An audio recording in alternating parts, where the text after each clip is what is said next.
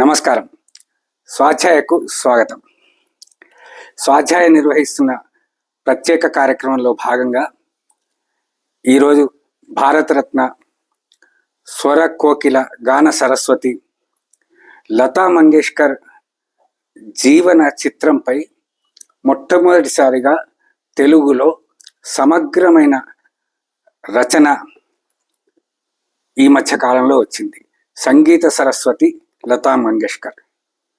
ఈ గ్రంథ రచయిత కస్తూరి మురళీకృష్ణ ఈరోజు మనతో ఉన్నారు.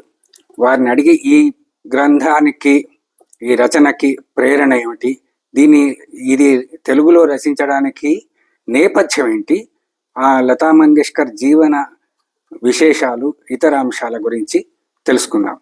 నమస్కారం మురళీకృష్ణ గారు. నమస్కారం సంతోష్ కుమార్ గారు.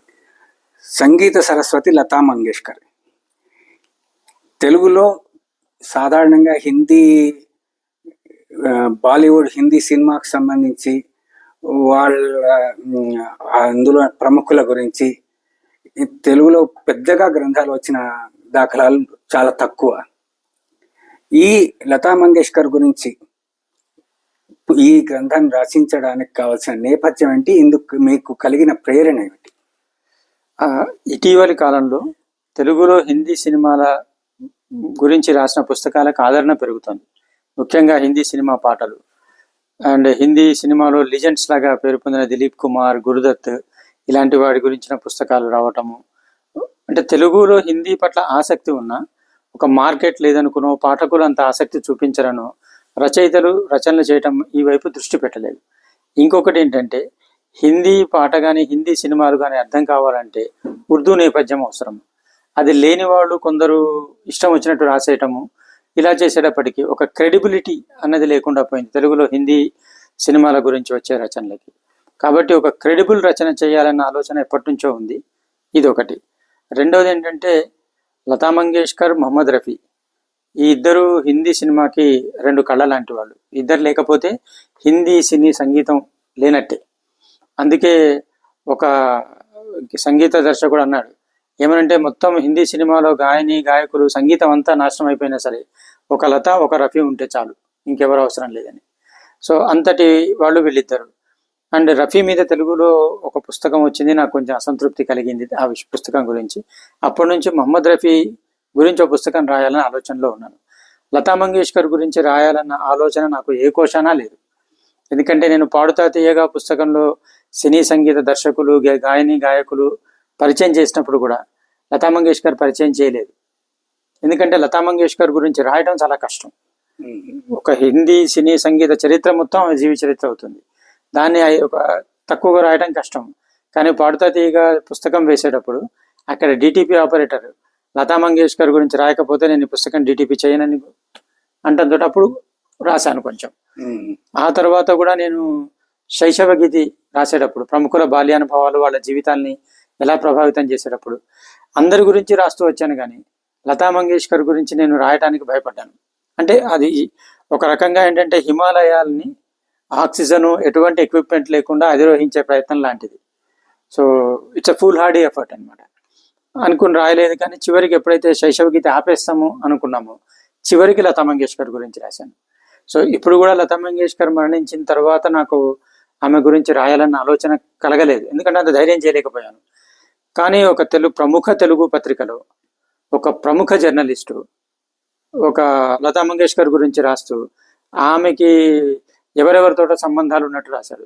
లతా మంగేష్కర్ గొప్పతనం కానీ, ఒక గాయనిగా ఆమె వైశిష్ట్యం కానీ చెప్పకుండా ఆమెకి ఫలానా వాడితో అఫైర్ ఉంది, ఫలానా వాడితో అఫైర్ ఉందని, అమానతుల్లా ఖాన్ ఒక అతనితో అఫైర్ ఉందని రాశాడు అతను. తీరా చూస్తే ఆ అబ్బాయికి పైగా దానికి ఒక మసాలా కూడా జోడించాడు. ఏంటంటే, దేశ విభజన సమయంలో హిందూ ముస్లిం మధ్య ఉద్విగ్నతలు ఉండటంతో ఆ అమానుల్లా ఖాన్, లతా మంగేష్కర్ పెళ్లి చేసుకోలేకపోయారు. అతను పాకిస్తాన్ వెళ్ళిపోయాడు, ఈమె ఇండియాలో ఉండిపోయింది. కానీ ఎన్నో రోజులు విరహవేదన అనుభవించిందని రాశాడు. తీరా చూస్తే అతను ఏ ముస్లిం పేరైతే రాశాడో అతను దేశ విభజన జరిగే సమయానికి 13 ఏళ్ల వాడు. లతా మంగేష్కర్ 18 ఏళ్ళ ఆమె. అతను భారతదేశంలో అడుగుపెట్టింది 1951లో. అంతకుముందు భారతదేశం అంటే ఏంటో తెలియదు, ఇటువైపు రాలేదు కూడా. పాకిస్తాన్లోనూ పుట్టాడు, అక్కడే పెరిగాడు. పాకిస్తాన్ ఏదైతే ప్రాంతం ఏర్పడిందో అక్కడే పుట్టాడు, అక్కడే పెరిగాడు. సో వీళ్ళిద్దరూ కలవలేదు. 13 వాడు 18 వాడు కలిసి పారిపోయి పెళ్లి చేసుకుందాం అనుకోవటము పాకిస్తాన్లో అతను, బొంబాయిలో ఈమె, ఇంపాసిబుల్. అప్పటికి లతా మంగేష్కర్కి 18 ఏళ్ళు. ఆమె తండ్రి ఆమెకు 13 ఏళ్ల వయసులో చనిపోయాడు. అతను చనిపోయిన తర్వాత ఇంటి బాధ్యతను లతా మంగేష్కర్ తీసుకుంది. సో ఇంటి వాళ్ళని సెటిల్ చేయాలన్న ఉద్దేశంతో 13 ఏళ్ల వయసులో ఇంటి బాధ్యతను భుజస్కంధాల మీద వేసుకుని సినిమాల్లో నటించడము, పాటలు పాడటము, ఇలాంటి పనులు చేసేది. పైగా ఆశా భోస్లే లవ్ మ్యారేజ్ చేసుకుని 14 ఏళ్ల వయసులో ఇల్లు వదిలిపెట్టి వెళ్ళిపోయింది అతనితోటి, భోస్లేతోటి. సో అటువంటి టైంలో ఈమె ఇతనితోటి పారిపోవాలని ఆలోచించడం అనేది అబ్జర్వ్, ఇడియాటిక్. పైగా అతను ఇండియాలోనే అడుగు పెట్టలేదు. కాబట్టి ఇంత గొప్ప సీనియర్ జర్నలిస్టు, గొప్ప పేరున్న జర్నలిస్టు ఇంత కూడా రీసెర్చ్ చేయకుండా, తెలియకుండా లతా మంగేష్కర్ అనగానే అఫైర్, లేకపోతే యువ గాయని గాయకులు అణచివేసింది అని రాయడం నాకు బాధ అనిపించి అసలు లతా మంగేష్కర్ గురించి నేను ఇంత మటుకు స్టడీ చేసిన విషయాలు, ఆమె వ్యక్తిత్వాన్ని, ఆమె గాన వైశిష్ట్యాన్ని నేను అబ్జర్వ్ చేసిన విషయాలు నాకు రాయాలనిపించింది. సో సంచికలో సీరియల్గా స్టార్ట్ చేశాను. అందుకే లతా మంగేష్కర్ February 6th మరణిస్తే March 1st సీరియల్ స్టార్ట్ అయింది. అంటే ఇంత టైం పట్టింది నాకు కఠినమైన నిర్ణయం తీసుకోవడానికి. ఎందుకంటే సీరియల్ వారం వారం రాయాలి, అంత మెటీరియల్. పైగా లతా మంగేష్కర్ జీవితము పరమాద్భుతమైనది. మీరు గమనిస్తే ఇప్పుడు కేరళ, తమిళ, మలయాళ లోపల కాస్టింగ్ కోచ్ గురించి, మహిళల సెక్షువల్ అబ్యూస్ గురించి రకరకాల వస్తున్నాయి. అప్పుడప్పుడు కంగనా రనౌత్ లాంటి వాళ్ళు రకరకాల మంది కాస్టింగ్ కోచ్ గురించి మాట్లాడుతున్నారు.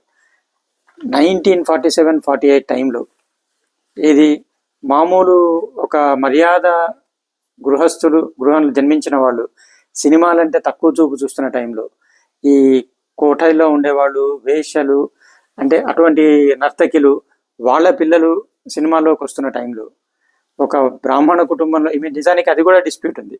వాళ్ళ తండ్రి బ్రాహ్మణుడు, వేరే కులం ఆమెను, దేవదాసి కులం ఆమెను పెళ్లి చేసుకోవడంతో వాళ్ళు వెలివేశారు. సో కానీ ఆ సంస్కారాలు ఉన్నాయి. అటువంటి అమ్మాయి సినిమా రంగంలో 13 ఏళ్ల వయసులో వచ్చి ఏమీ తెలియకుండా నిలదొక్కుని ఒక 70 ఏళ్ళు సినిమా రంగాన్ని శాసించడం మామూలు విషయం కాదు. సో ఈ వ్యక్తిత్వాన్ని ప్రొజెక్ట్ చేయకుండా ఆమె అఫైర్లు ఇవి రాయడం కాదు, ఈ వ్యక్తిత్వాన్ని ప్రొజెక్ట్ చేద్దామన్న ఉద్దేశంలో నేను స్టార్ట్ చేశాను. లతా మంగేష్కర్ గురించి ఇంత మటుకు వచ్చిన బయోగ్రఫీలన్నీ ఇంగ్లీష్లో కానీ, హిందీలో కానీ, మరాఠీలో కానీ అవి వేరే విషయాల మీద ఫోకస్ చేశాయి. అంతే తప్పించి ఆమె వ్యక్తిత్వాన్ని అనలైజ్ చేయడం మీద ఫోకస్ చేయదు. కానీ రాజు భరత్ అని రాశాడు. రాజు భరత్ అంతా లతా మంగేష్కర్ని తక్కువ చేసి ఆశా భోస్లేని ఎక్కువ చేయడం కోసం రాశాడు బయోగ్రఫీ. అలాగే ఇంకా రకరకాల ఏ బయోగ్రఫీ ఎవరు రాసినా సరే లతా మంగేష్కర్ వివాదాలు, ఆమెను తక్కువ చేయడం ఇలా రాస్తున్నారు. తప్పించి ఆమె వ్యక్తిత్వాన్ని అనలైజ్ చేసి ఒక 13 ఏళ్ల పిల్ల బొంబాయిలో ఎటువంటి ఇది లేకుండా వచ్చి సినీ రంగాన్ని శాసించడం, అది ఎక్కడా ఒక మచ్చ లేకుండా, ఆమె ఎవరిని ఒక మాట దూషించలేదు, ఎవరి మీద ఒక అనుచితమైన వ్యాఖ్య చేయలేదు. ఇప్పుడు రకరకాల వ్యాఖ్యలు చేశారు లతా మంగేష్కర్ని. శంకర్ జయకిషన్ లాంటి వాడు డెవిల్ ఇన్ వైట్ డ్రెస్ అన్నాడు, అంటే శ్వేత దుస్తులు ధరించినటువంటి దయ్యం. ఆమె రియాక్ట్ కాలేదు. శ్రీరామచంద్ర అవాకులు చవాకులు రాశాడు, ఆమె రియాక్ట్ కాలేదు.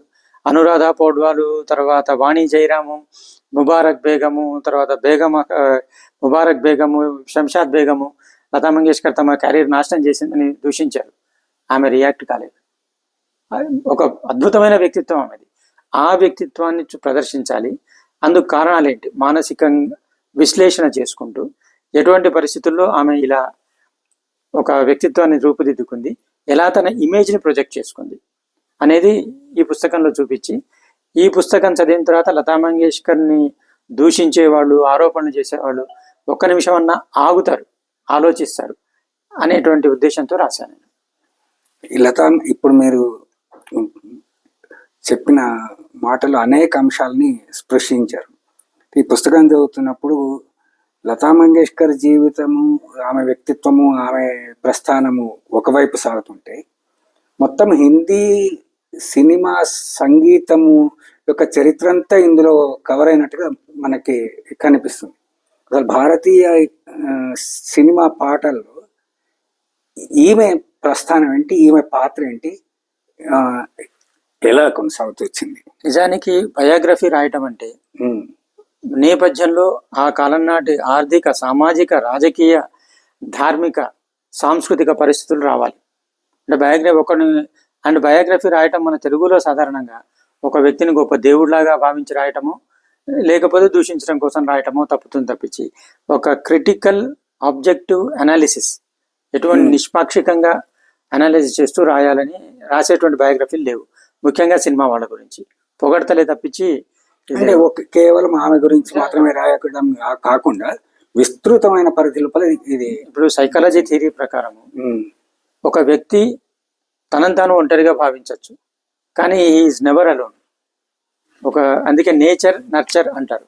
సాధారణంగా జీన్స్, మన పేరెంట్స్ నుంచి వచ్చిన జీన్స్ మన కొన్ని లక్షణాలు నిర్ణయిస్తాయి, కానీ ఆ లక్షణాలకు ఉద్దీపన లభించటము, అవి ఒక దిశని ఏర్పాటు చేసుకోవటము, దీనికి చుట్టుపక్కల ఉన్న పరిస్థితులు, వాతావరణము, ఈ అన్ని పరిస్థితులు దోహదపడతాయి.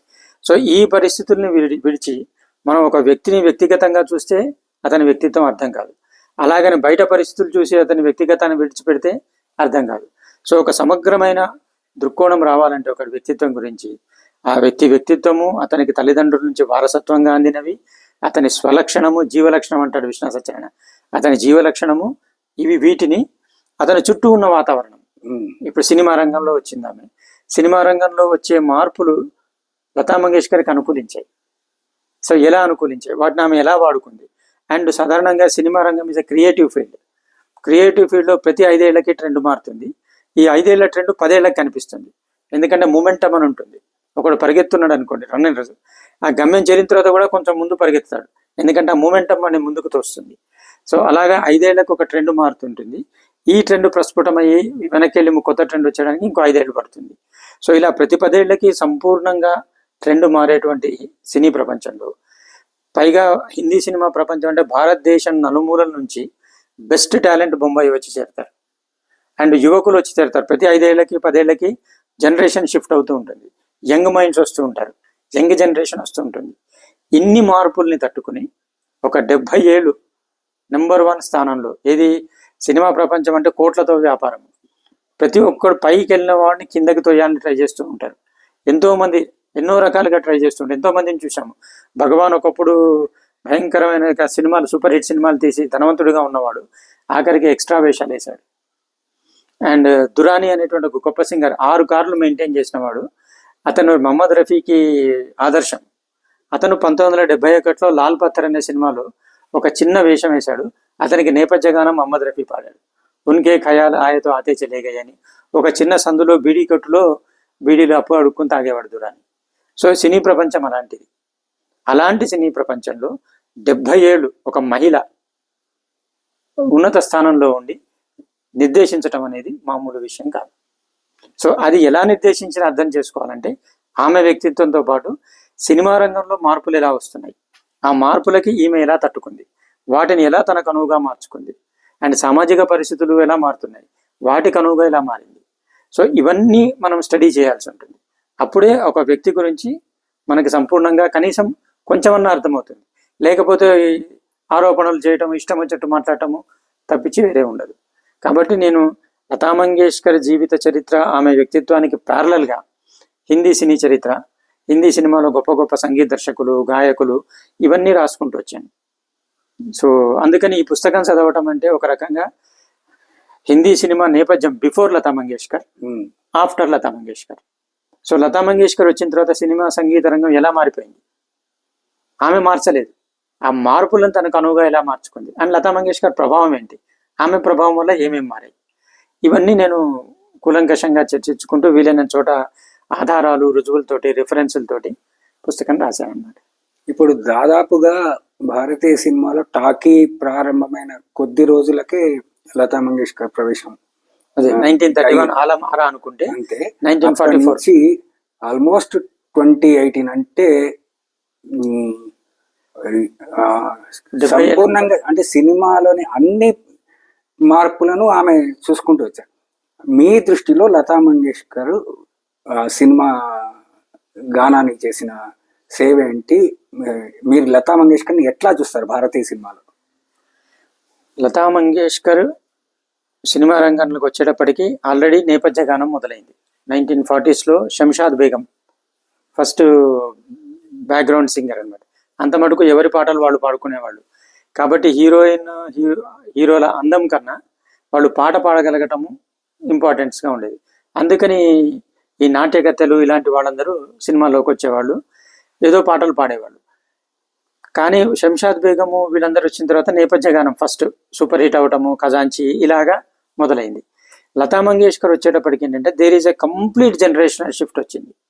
అప్పటికి నూర్జహాన్ #1 సింగర్, కానీ నూర్జహాన్ తన పాటలు తను పాడుకునేది. అండ్ వీళ్ళెవరు ట్రైన్డ్ సింగర్స్ కాదు. శాస్త్రీయ సంగీతంతో ప్రవేశం ఉన్నా సరే శాస్త్రీయ సంగీతంలో ఒక నైపుణ్యం అనేది, ఒక నిష్ణాతులు అనేటువంటి లక్షణం వాళ్ళకి లేదు. సో లతా మంగేష్కర్కి ఏంటంటే వాళ్ళ నాన్నగారు దీనానాథ్ మంగేష్కర్ చిన్నప్పటి నుంచి సంగీతాన్ని నేర్పించారు. ఆమె సంగీతంలో రాగాలు అవన్నీ నేర్చుకుంది. ముంబై వచ్చిన తర్వాత కూడా ఆమె సంగీతాన్ని నేర్చుకుంటూనే ఉంది, సాధన చేస్తూనే ఉంది. అండ్ ఈమె వచ్చేటప్పటికి సినిమాలో నేపథ్య గానం రావడంతో కొంచెం పాటలు పాడే అవకాశం వచ్చింది. కానీ మీరు గమనిస్తే ఆ కాలంలో హీరోయిన్లకి అందం కన్నా పాటలు పాడటము ఇది ఇంపార్టెన్స్ కాబట్టి అందానికి ప్రాధాన్యం ఉండేది కాదు. సో ఈ పాటల మ్యూజిక్ డైరెక్టర్లు కూడా వీళ్ళు లైట్ మ్యూజికే పాడగలరు కాబట్టి లైట్ ట్యూన్స్ ఇచ్చేవాళ్ళు. గమకాలతోటి రాగాలు, దీర్ఘాలు ఇలాంటి పాటలు ఉండేవి కావు. నూర్జహాన్ వాయిస్ పిచ్ ఎక్కువ కాబట్టి ఆవాజ్ దే కహా ఆయన హైలో పాడేది, అందంగా ఉండేది. కానీ ఆ భావాలు చూపించటము ఇటువంటివన్నీ అప్పుడు ఉండేవి కావు. తర్వాత ఏమైందంటే సినిమాల్లోకి యువతులు ప్రవేశించడం మొదలుపెట్టారు. నేపథ్య గానం రావడంతో హీరోయిన్లకి పాటలు పాడాల్సిన అవసరం లేదు, దాంతో అందం ప్రాధాన్యం వహించింది. సో నర్గీసు, నూతను, మధుబాల, ఈ తర్వాత నళిని జయవంత్ ఇలాంటి కొత్త హీరోయిన్లు రావడం, వీళ్ళంతా అందంగా ఉంటారు, సుకుమారంగా ఉంటారు. వాళ్ళకి శంషాద్ బేగం గొంతు సరిపోదు. ఈ టైంకి పనికిరాదు పీల గొంతు అని 44, 45లో లతా మంగేష్కర్ని పక్కకి నెట్టిన వాళ్ళు 47, 48 వచ్చేటప్పటికి లతా మంగేష్కర్ గొంతును వాడాల్సి వచ్చింది. ఇంకొకటి ఏంటంటే లతా మంగేష్కర్కి శాస్త్రీయ సంగీతం రావడంతో మ్యూజిక్ డైరెక్టర్లకి స్వేచ్ఛ పెరిగింది. అంతకుముందు సింగర్ని దృష్టిలో పెట్టి, ఉదాహరణకు అశోక్ కుమార్ ఒక సింగరు, అతనికి పాటలు పాడటం రాదు కాబట్టి ఒకే రకమైన ట్యూన్ ఇవ్వాలి. సో ఇలాంటి పరిధులు, సైగలు ఉన్నాడు, సైగలు కూడా శాస్త్రీయ సంగీతం రాదు, అందుకని సైగలు హై పిచ్కు పోలేడు, సో అతనికి తగ్గ ట్యూన్లే ఇవ్వాలి. సో గాయకుడు సంగీత దర్శకుల ప్రతిభకి పరిమితిలాగా వ్యవహరించేవాడు. లతా మంగేష్కర్, రఫీ రావడంతో పరిస్థితి మారింది. లతా మంగేష్కర్ ముఖ్యంగా రావడంతో ఏంటంటే ఈ మ్యూజిక్ డైరెక్టర్లు అన్లిమిటెడ్ ఎక్స్పెరిమెంట్ చేసే ఛాన్స్ దొరికింది. ఒక పాటలో సాజన్కి గలియా చోడు చలి అనుంటే సా దగ్గర కణస్వరం వేసి, జన్ కీ దగ్గర దీర్ఘం తీసి, గలియా అనేటప్పటికీ ఆ ఒక ఏడుస్తున్న భావన పెట్టి, ఆ చోడు దగ్గర ఒత్తి పలికి, ఇలా ఒక్కొక్క పదానికి ఒక అర్థాన్ని ఇస్తూ, ఆ పదానికి రాగాన్ని అనుసరిస్తూ దీర్ఘాలు తీసే ఛాన్సు లతా మంగేష్కర్ వల్ల సంగీత దర్శకులకు వచ్చింది. ప్లస్ హీరోయిన్లకు ఆమె వాయిస్, హీరోయిన్ల ముఖానికి నేపథ్యంలో వీళ్ళు అందంగా సుకుమారంగా ఉన్నారు, అందంగా సుకుమారంగా లతా మంగేష్కర్ వాయిస్ ఉంది. అది అతికింది. దేశ విభజన జరిగింది. దేశ విభజన జరిగిన తర్వాత ఒక సెట్ ఆఫ్ ఆర్టిస్ట్ పాకిస్తాన్ వెళ్ళిపోయారు. సో ఇక్కడ ఉన్న వాళ్ళనే వాడుకోవాలి. సో ఉన్న వాళ్ళలో ది బెస్ట్ లతా మంగేష్కర్. వెళ్ళిన వాళ్ళలో నూర్జహాన్ అంటారు, కానీ time is working against. Noor Jehan కనుక ఇండియాలో ఉన్నా సరే తన పాటలు తను పడుకోవాల్సి వచ్చేది. ఆమె అంత అందం సౌకుమారం లేదు కాబట్టి నేపథ్య గానానికి వచ్చిన లతా మంగేష్కర్ 1949 కల్లా she has established herself. 51కి షీఈ్ ఆన్ టాప్. ఆమె పీల గొంతు అని అంటారు కదా, పీల గొంతు అయినా కానీ అంత సక్సెస్ ఎట్లా ఎందుకైందంటే ఈ సినిమాలో హీరోయిన్లు అబలరు. మీరు గమనిస్తే 55, 56 దాకా సినిమాలో ఆడవాళ్ళ పాటలు ఎక్కువ ఉండేవి. 10 ఆడవాళ్ళ పాటలు పాడితే 1, 2 మగవాళ్ళు ఉండేవి. ఉదాహరణకి బర్సాత్ సినిమాలో 11 పాటలు ఉన్నాయి, దానిలో ముఖేష్ పాడినవి 2 పాటలు, మిగిలినవన్నీ ఆ 11 పాటల్లో కూడా 2 డ్యూయెట్లు ఉన్నాయి. ఒకటి రఫీ పాడాడు, 11లో 1 రఫీ, 2 ముఖేష్, 2 ముఖేష్లో డ్యూయెట్లు, అంటే లతా మంగేష్కర్ సింగర్. అంటే 11 పాటల్లో 10 పాటలు లతా మంగేష్కర్. సో ఇలాగ ఆడవాళ్ళకి ఎక్కువ పాటలు ఉండేవి, మగవాళ్ళు ఒక డ్యూయెటో లేకపోతే ఒక 7 పాటో పాడాల్సి వచ్చేది. అంతే తప్పించి మెయిన్ ఫీమేల్ సింగర్ అనగా లతా మంగేష్కర్. మధుబాలకి లతా మంగేష్కర్ వాయిసే, నర్గీస్కి లతా మంగేష్కర్ వాయిసే, నూతన్కి లతా మంగేష్కరే, నళిని జయవంత్కి లతా మంగేష్కరే, వీళ్ళకి సూట్ అవుతుంది. ఆ కాలంలో లతా మంగేష్కర్కి పోటీ ఇవ్వగలిగింది ఒక్క గీతాదత్. గీతాదత్ చాలా అద్భుతంగా పాడుతుంది. నిజానికి లతా మంగేష్కర్కి 1949లో లతా మంగేష్కర్ 100 పాటలు పాడితే గీతాదత్ 102 పాటలు పాడింది. 1951కి వచ్చేటప్పటికి లతా మంగేష్కర్ 150 పాటలు పాడితే గీతాదత్ 120 పాటలు పాడింది. ఆ తర్వాత ఆమె గురుదత్ పరిచయం అయ్యాడు, గురుదత్ని పెళ్లి చేసుకుంది. గురుదత్ ఆమెకి తన సినిమాలోనే పాడాలని కండిషన్ పెట్టాడు. ఇలా ఇంకా వ్యక్తిగత కారణాల వల్ల గీతాదత్ పడిపోయింది. లేకపోతే there would have been a very good tug of war Lata మంగేష్కర్కి గీతాదత్కి. కానీ వీళ్ళు ఏమంటారు, గీతాదత్ లతా మంగేష్కర్ అని చేసిందంటారు. కుదరని పని. ఆమె పెళ్లి చేసుకోకపోతే ఆమె ఇంకా పోటీ ఇచ్చేదేమో. అలాగే శంషాద్ బేగం ఎలా జరిగిందంటే, ఒక సినిమాలో ఒక బాలుడు బాలిక బచ్పన్ కే దిన్ భులానా దేనా అని పాడుకుంటూ ఉంటారు చిన్నప్పుడు, బచ్పన్ కే దిన్. దానిలో సంగీత దర్శకుడు ఏం చేశాడు, ఆడపిల్లకి లతా మంగేష్కర్ వాయిస్, మగపిల్లవాడికి శంషాద్ బేగం వాయిస్. డిస్టింక్షన్ వచ్చేసింది కదా. సో శంషాద్ బేగంది మగపిల్లడి వాయిస్, లతా మంగేష్కర్ది ఆడపిల్లల వాయిస్. దాంతో ఏమైపోయింది, శంషాద్ బేగం పడిపోయింది. ఒక ఓపీ నయ్యర్ లాంటి వాళ్ళు ఇచ్చినా సరే మెజారిటీగా హీరోయిన్ అనగా లతా మంగేష్కర్ వాయిస్. సో ఉదాహరణకి దీదార్ సినిమాలో చిన్నప్పుడు పిల్లలిద్దరు, ఒక ఆడపిల్ల ఒక మగపిల్లాడు, బచ్పన్ కే దిన్ భులానా దేనా అని పాడుకుంటారు. దానిలో ఆడ గొంతు లతా మంగేష్కర్, మగపిల్లవాడి గొంతు శంషాద్ బేగం. దాంతో ఏమైపోయింది, శంషాద్ బేగం మగపిల్లవాడి గొంతు, లతా మంగేష్కర్ ఆడపిల్లల గొంతు. సో వచ్చే హీరోయిన్లు కూడా అందంగా సుకుమారంగా ఉండడంతో, బేలగా ఉండడంతో ఈ పీలగా ఉన్న లతా మంగేష్కర్ గొంతులో ఉన్న విషాదము, ఒక బలహీనమైనటువంటి లక్షణము వాళ్ళకి సరిగ్గా సరిపోయింది. శంషాద్ బేగం గొంతు చాలా బలంగా ఉంటుంది. సో దాంతో ఏడు పాట కూడా కొంచెం బలంగా పాడినట్టు ఉంటుంది. ఈ రకమైన దీంతో వచ్చేటప్పుడు ప్రతి హీరోయిన్ లతా మంగేష్కర్ వాయిస్ వాడాలనుకున్నారు. అండ్ ఆ టైంలో గీతాదత్ లతా మంగేష్కర్ గట్టి పోటీ ఇచ్చింది. కానీ గీతాదత్ 51 కల్లా గురుదత్ లవ్లో పడింది. గురుదత్ని పెళ్లి చేసుకున్న తర్వాత తన పాటలే పాడాలని ఒక ఆంక్ష విధించాడు. ఆ తర్వాత వ్యక్తిగత కారణాలు, గొడవల వల్ల ఆమె సినిమా పాటల మీద దృష్టి కేంద్రీకృతం చేయలేకపోయింది. లేకపోతే గట్టి పోటీ ఇచ్చేది. కానీ దీనికి కూడా లతా మంగేష్కర్నే బ్లేమ్ చేస్తాడు. నిజానికి ఆమెను పెళ్లి చేసుకోవద్దని లతా మంగేష్కర్ హెచ్చరించింది. వాళ్ళిద్దరూ మంచి ఫ్రెండ్స్. ఆమె తన బాధలను లతా మంగేష్కర్కి చెప్పుకునేది. సో కానీ లతా మంగేష్కర్ని వీళ్ళు దూషిస్తారు, గీతాదత్ని దెబ్బతీసిందని. అలాగే ఆ టైంలో రాజ్ కుమారి, తర్వాత ఈ శంషాద్ బేగం, ఇలాంటి సింగర్స్ ఉండేవాడు. ఒక్కసారి లతా మంగేష్కర్ హీరోయిన్ వాయిస్గా ఎస్టాబ్లిష్ అయిన తర్వాత వీళ్ళందరూ వాయిస్లు తేలిపోయాయి. ఎందుకంటే వీళ్ళు లతా మంగేష్కర్ లాగా హై పిచ్, అలాగా గమకాలు వేయటము, రాగాలు తీయటము, ఆ రాగాలు తీస్తూ కూడా ఊపిరి బిగబట్టి పాడటము. ఉదాహరణకి ఆయగా అనేవాళ్ళ పాటలో చరణంలో చూస్తే క్యా జానే దిల్ కి కష్టి పర్వానే జల్ రహీ హై లేకిన్ అని ఇలా వస్తుందన్నమాట పాట. సో అదంతా ఊపిరి బిగబట్టి ఒకేసారి పాడుతుంది. అట్లా పాడేవాళ్ళు ఆ కాలంలో లేరు. అంటే ఒక పెద్ద సెంటెన్స్ని హై పిచ్కి వెళ్ళి ఎక్కడా బ్రేక్ కాకుండా ఇది రాగము చెడదు, భావము చెడదు. సో అలా పాడే సింగర్ ఈమె. దీంతో ఏంటి, మ్యూజిక్ డైరెక్టర్స్కి అన్లిమిటెడ్ స్కోప్ ఫర్ ఎక్స్పెరిమెంట్స్. ఆ అన్లిమిటెడ్ స్కోప్ ఫర్ ఎక్స్పెరిమెంట్ ఉండడంతో మ్యూజిక్ డైరెక్టర్లు విజృంభించారు. ఉదాహరణకి ఈమె అసోసియేషన్ తోటి అప్పటిదాకా వెస్టర్న్ మ్యూజిక్ ఇస్తున్న శ్రీరామచంద్ర ఎక్కువగా శాస్త్రీయ సంగీత గానాలు ఇవ్వటం మొదలుపెట్టాడు. సో సినిమాలో శాస్త్రీయ సంగీతానికి ప్రాధాన్యం రావటము లతా మంగేష్కర్ వల్లనే. ఎందుకంటే షీ కెన్ సింగ్, వేరేవాడు పాడలేడు ఇట్లా రాగాలు ఇస్తే. సో ఈమె పాడగలుగుతుంది కాబట్టి వాడు విజృంభించారు. ఎందుకని పిచ్చి పిచ్చి ట్యూన్లు ఇస్తారు. ఉదాహరణకి జబ్ దిల్ కో సతా వేగం చేడు సఖీ సర్గం అనో పాట ఉంటుంది. సరస్వతి రానే లతా మంగేష్కర్, ఆమె సంగీత విద్వాంసరాలు, లతా మంగేష్కర్ సంగీత విద్వాంసరాలు. అద్భుతమైన పోటీ. దానికి వీళ్ళకి వయలిన్ని పోటీగా పెడతాడు. సో ఆ పాట వింటుంటే అసలు సంగీతంలో ఉన్న మాధుర్యము, భారతీయ శాస్త్రీయ సంగీతము కేవలం మనసునే కాదు తనువును కూడా ఊపుతుందని నిరూపించే పాట అది. ఎందుకంటే వెస్టర్న్ మ్యూజిక్ శరీరాన్ని ఊపుతుంది, ఇండియన్ మ్యూజిక్ మనస్సును ఊపుతుంది అంటాడు. ఆ రెండింటిని భారతీయ సంగీతం ఎలా ఊపుతుందో జబ్ దిల్ కో సతా వేగం చేడే సఖీ సర్గంలో చూపించాడు.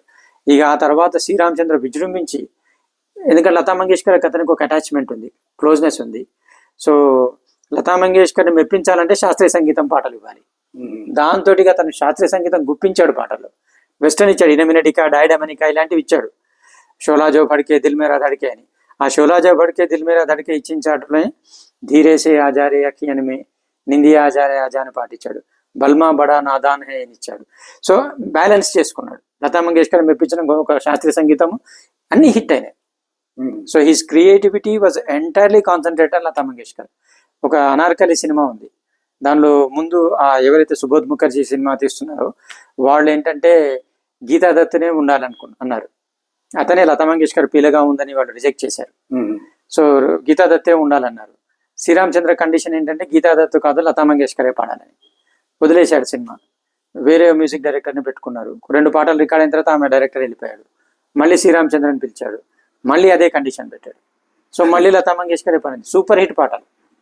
ఒక్కొక్క పాట అనార్కలి అంటే లతా మంగేష్కర్ పాటలే. ఇలా తన పాటలతో సినిమాల్ని సూపర్ హిట్ చేయగల శక్తి ఫస్ట్ టైం చూపించిన గాయని లతా మంగేష్కర్. అంతకుముందు కూడా పాటలు హిట్ అయ్యేవి, కానీ పాటలతో సినిమా హిట్ అవటం బర్సాత్తో మొదలైంది. 11కి 11 సూపర్ హిట్ పాటలు. దాంతో శంకర్ జయకిషన్ మ్యూజిక్ డైరెక్టర్గా వాళ్ళ ఫస్ట్ సినిమా అది. వాళ్ళు టాప్ మ్యూజిక్ డైరెక్టర్. ఫస్ట్ సినిమానే గోల్డెన్ జూబ్లీ, ఒక సినిమా రికార్డ్స్ అమ్మి లాభాలు పొందడం బర్సాత్తో స్టార్ట్ అయింది.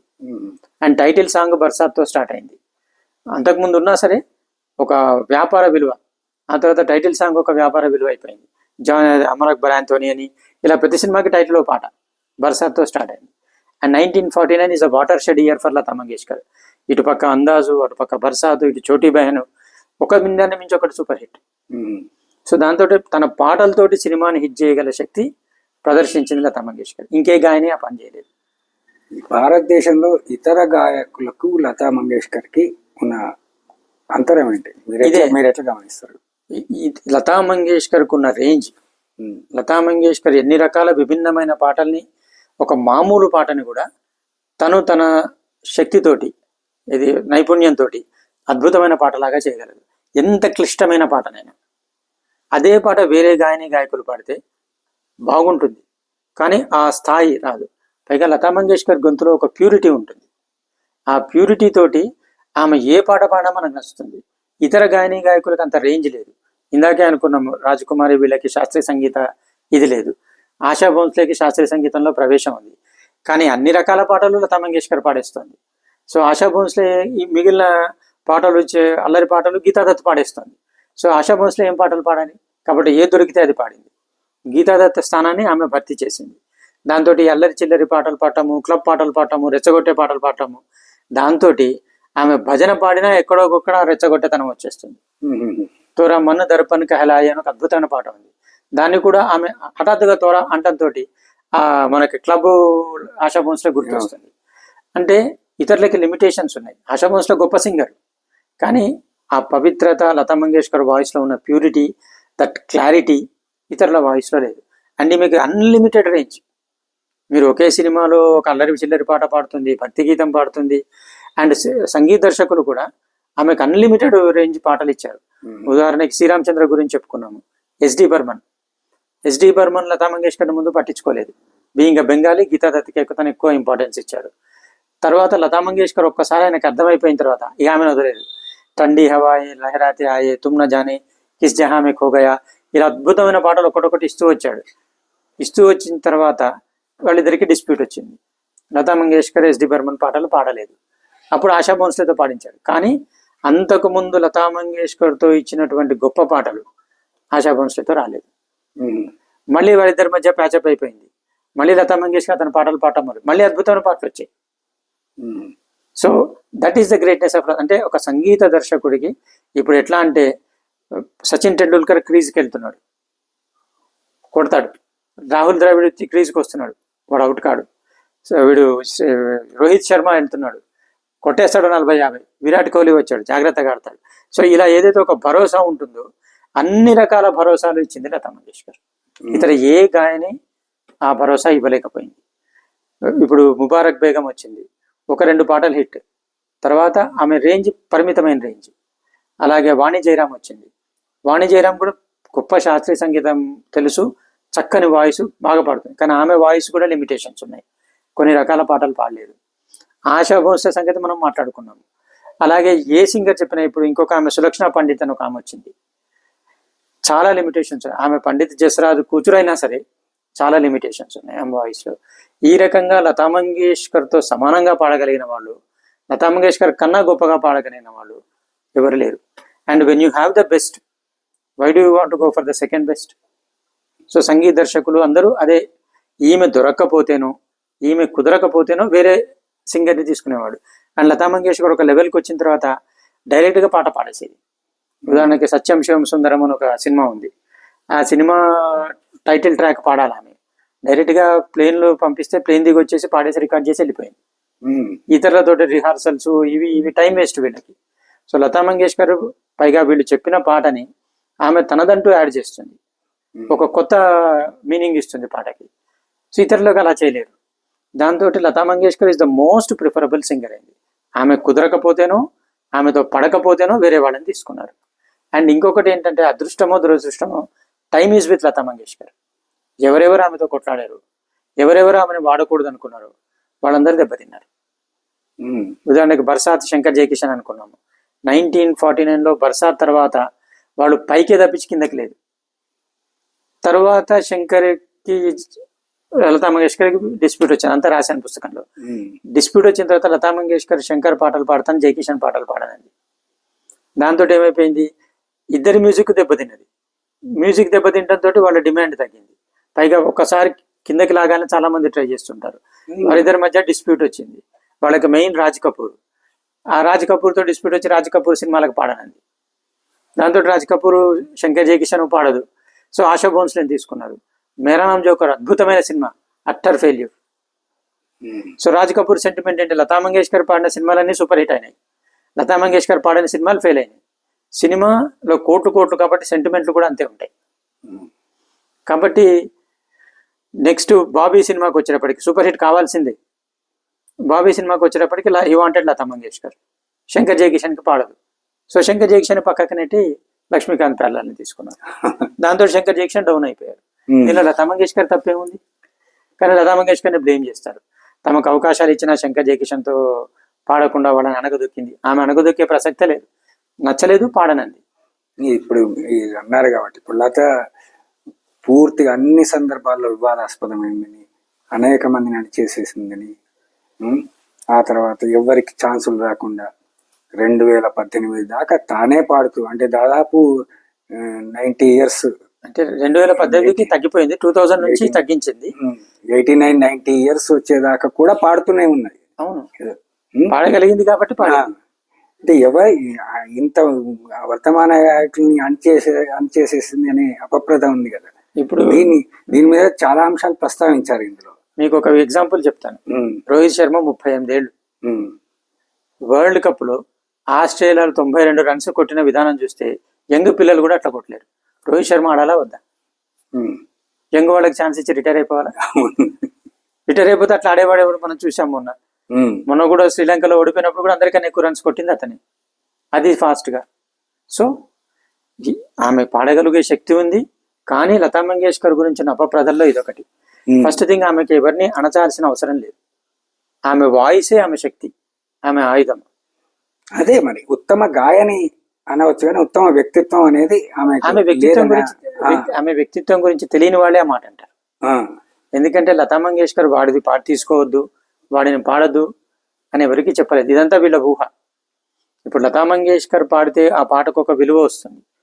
ప్రతి సంగీత దర్శకుడు లతా మంగేష్కర్ తన పాట పాడాలని కలగంటాడు.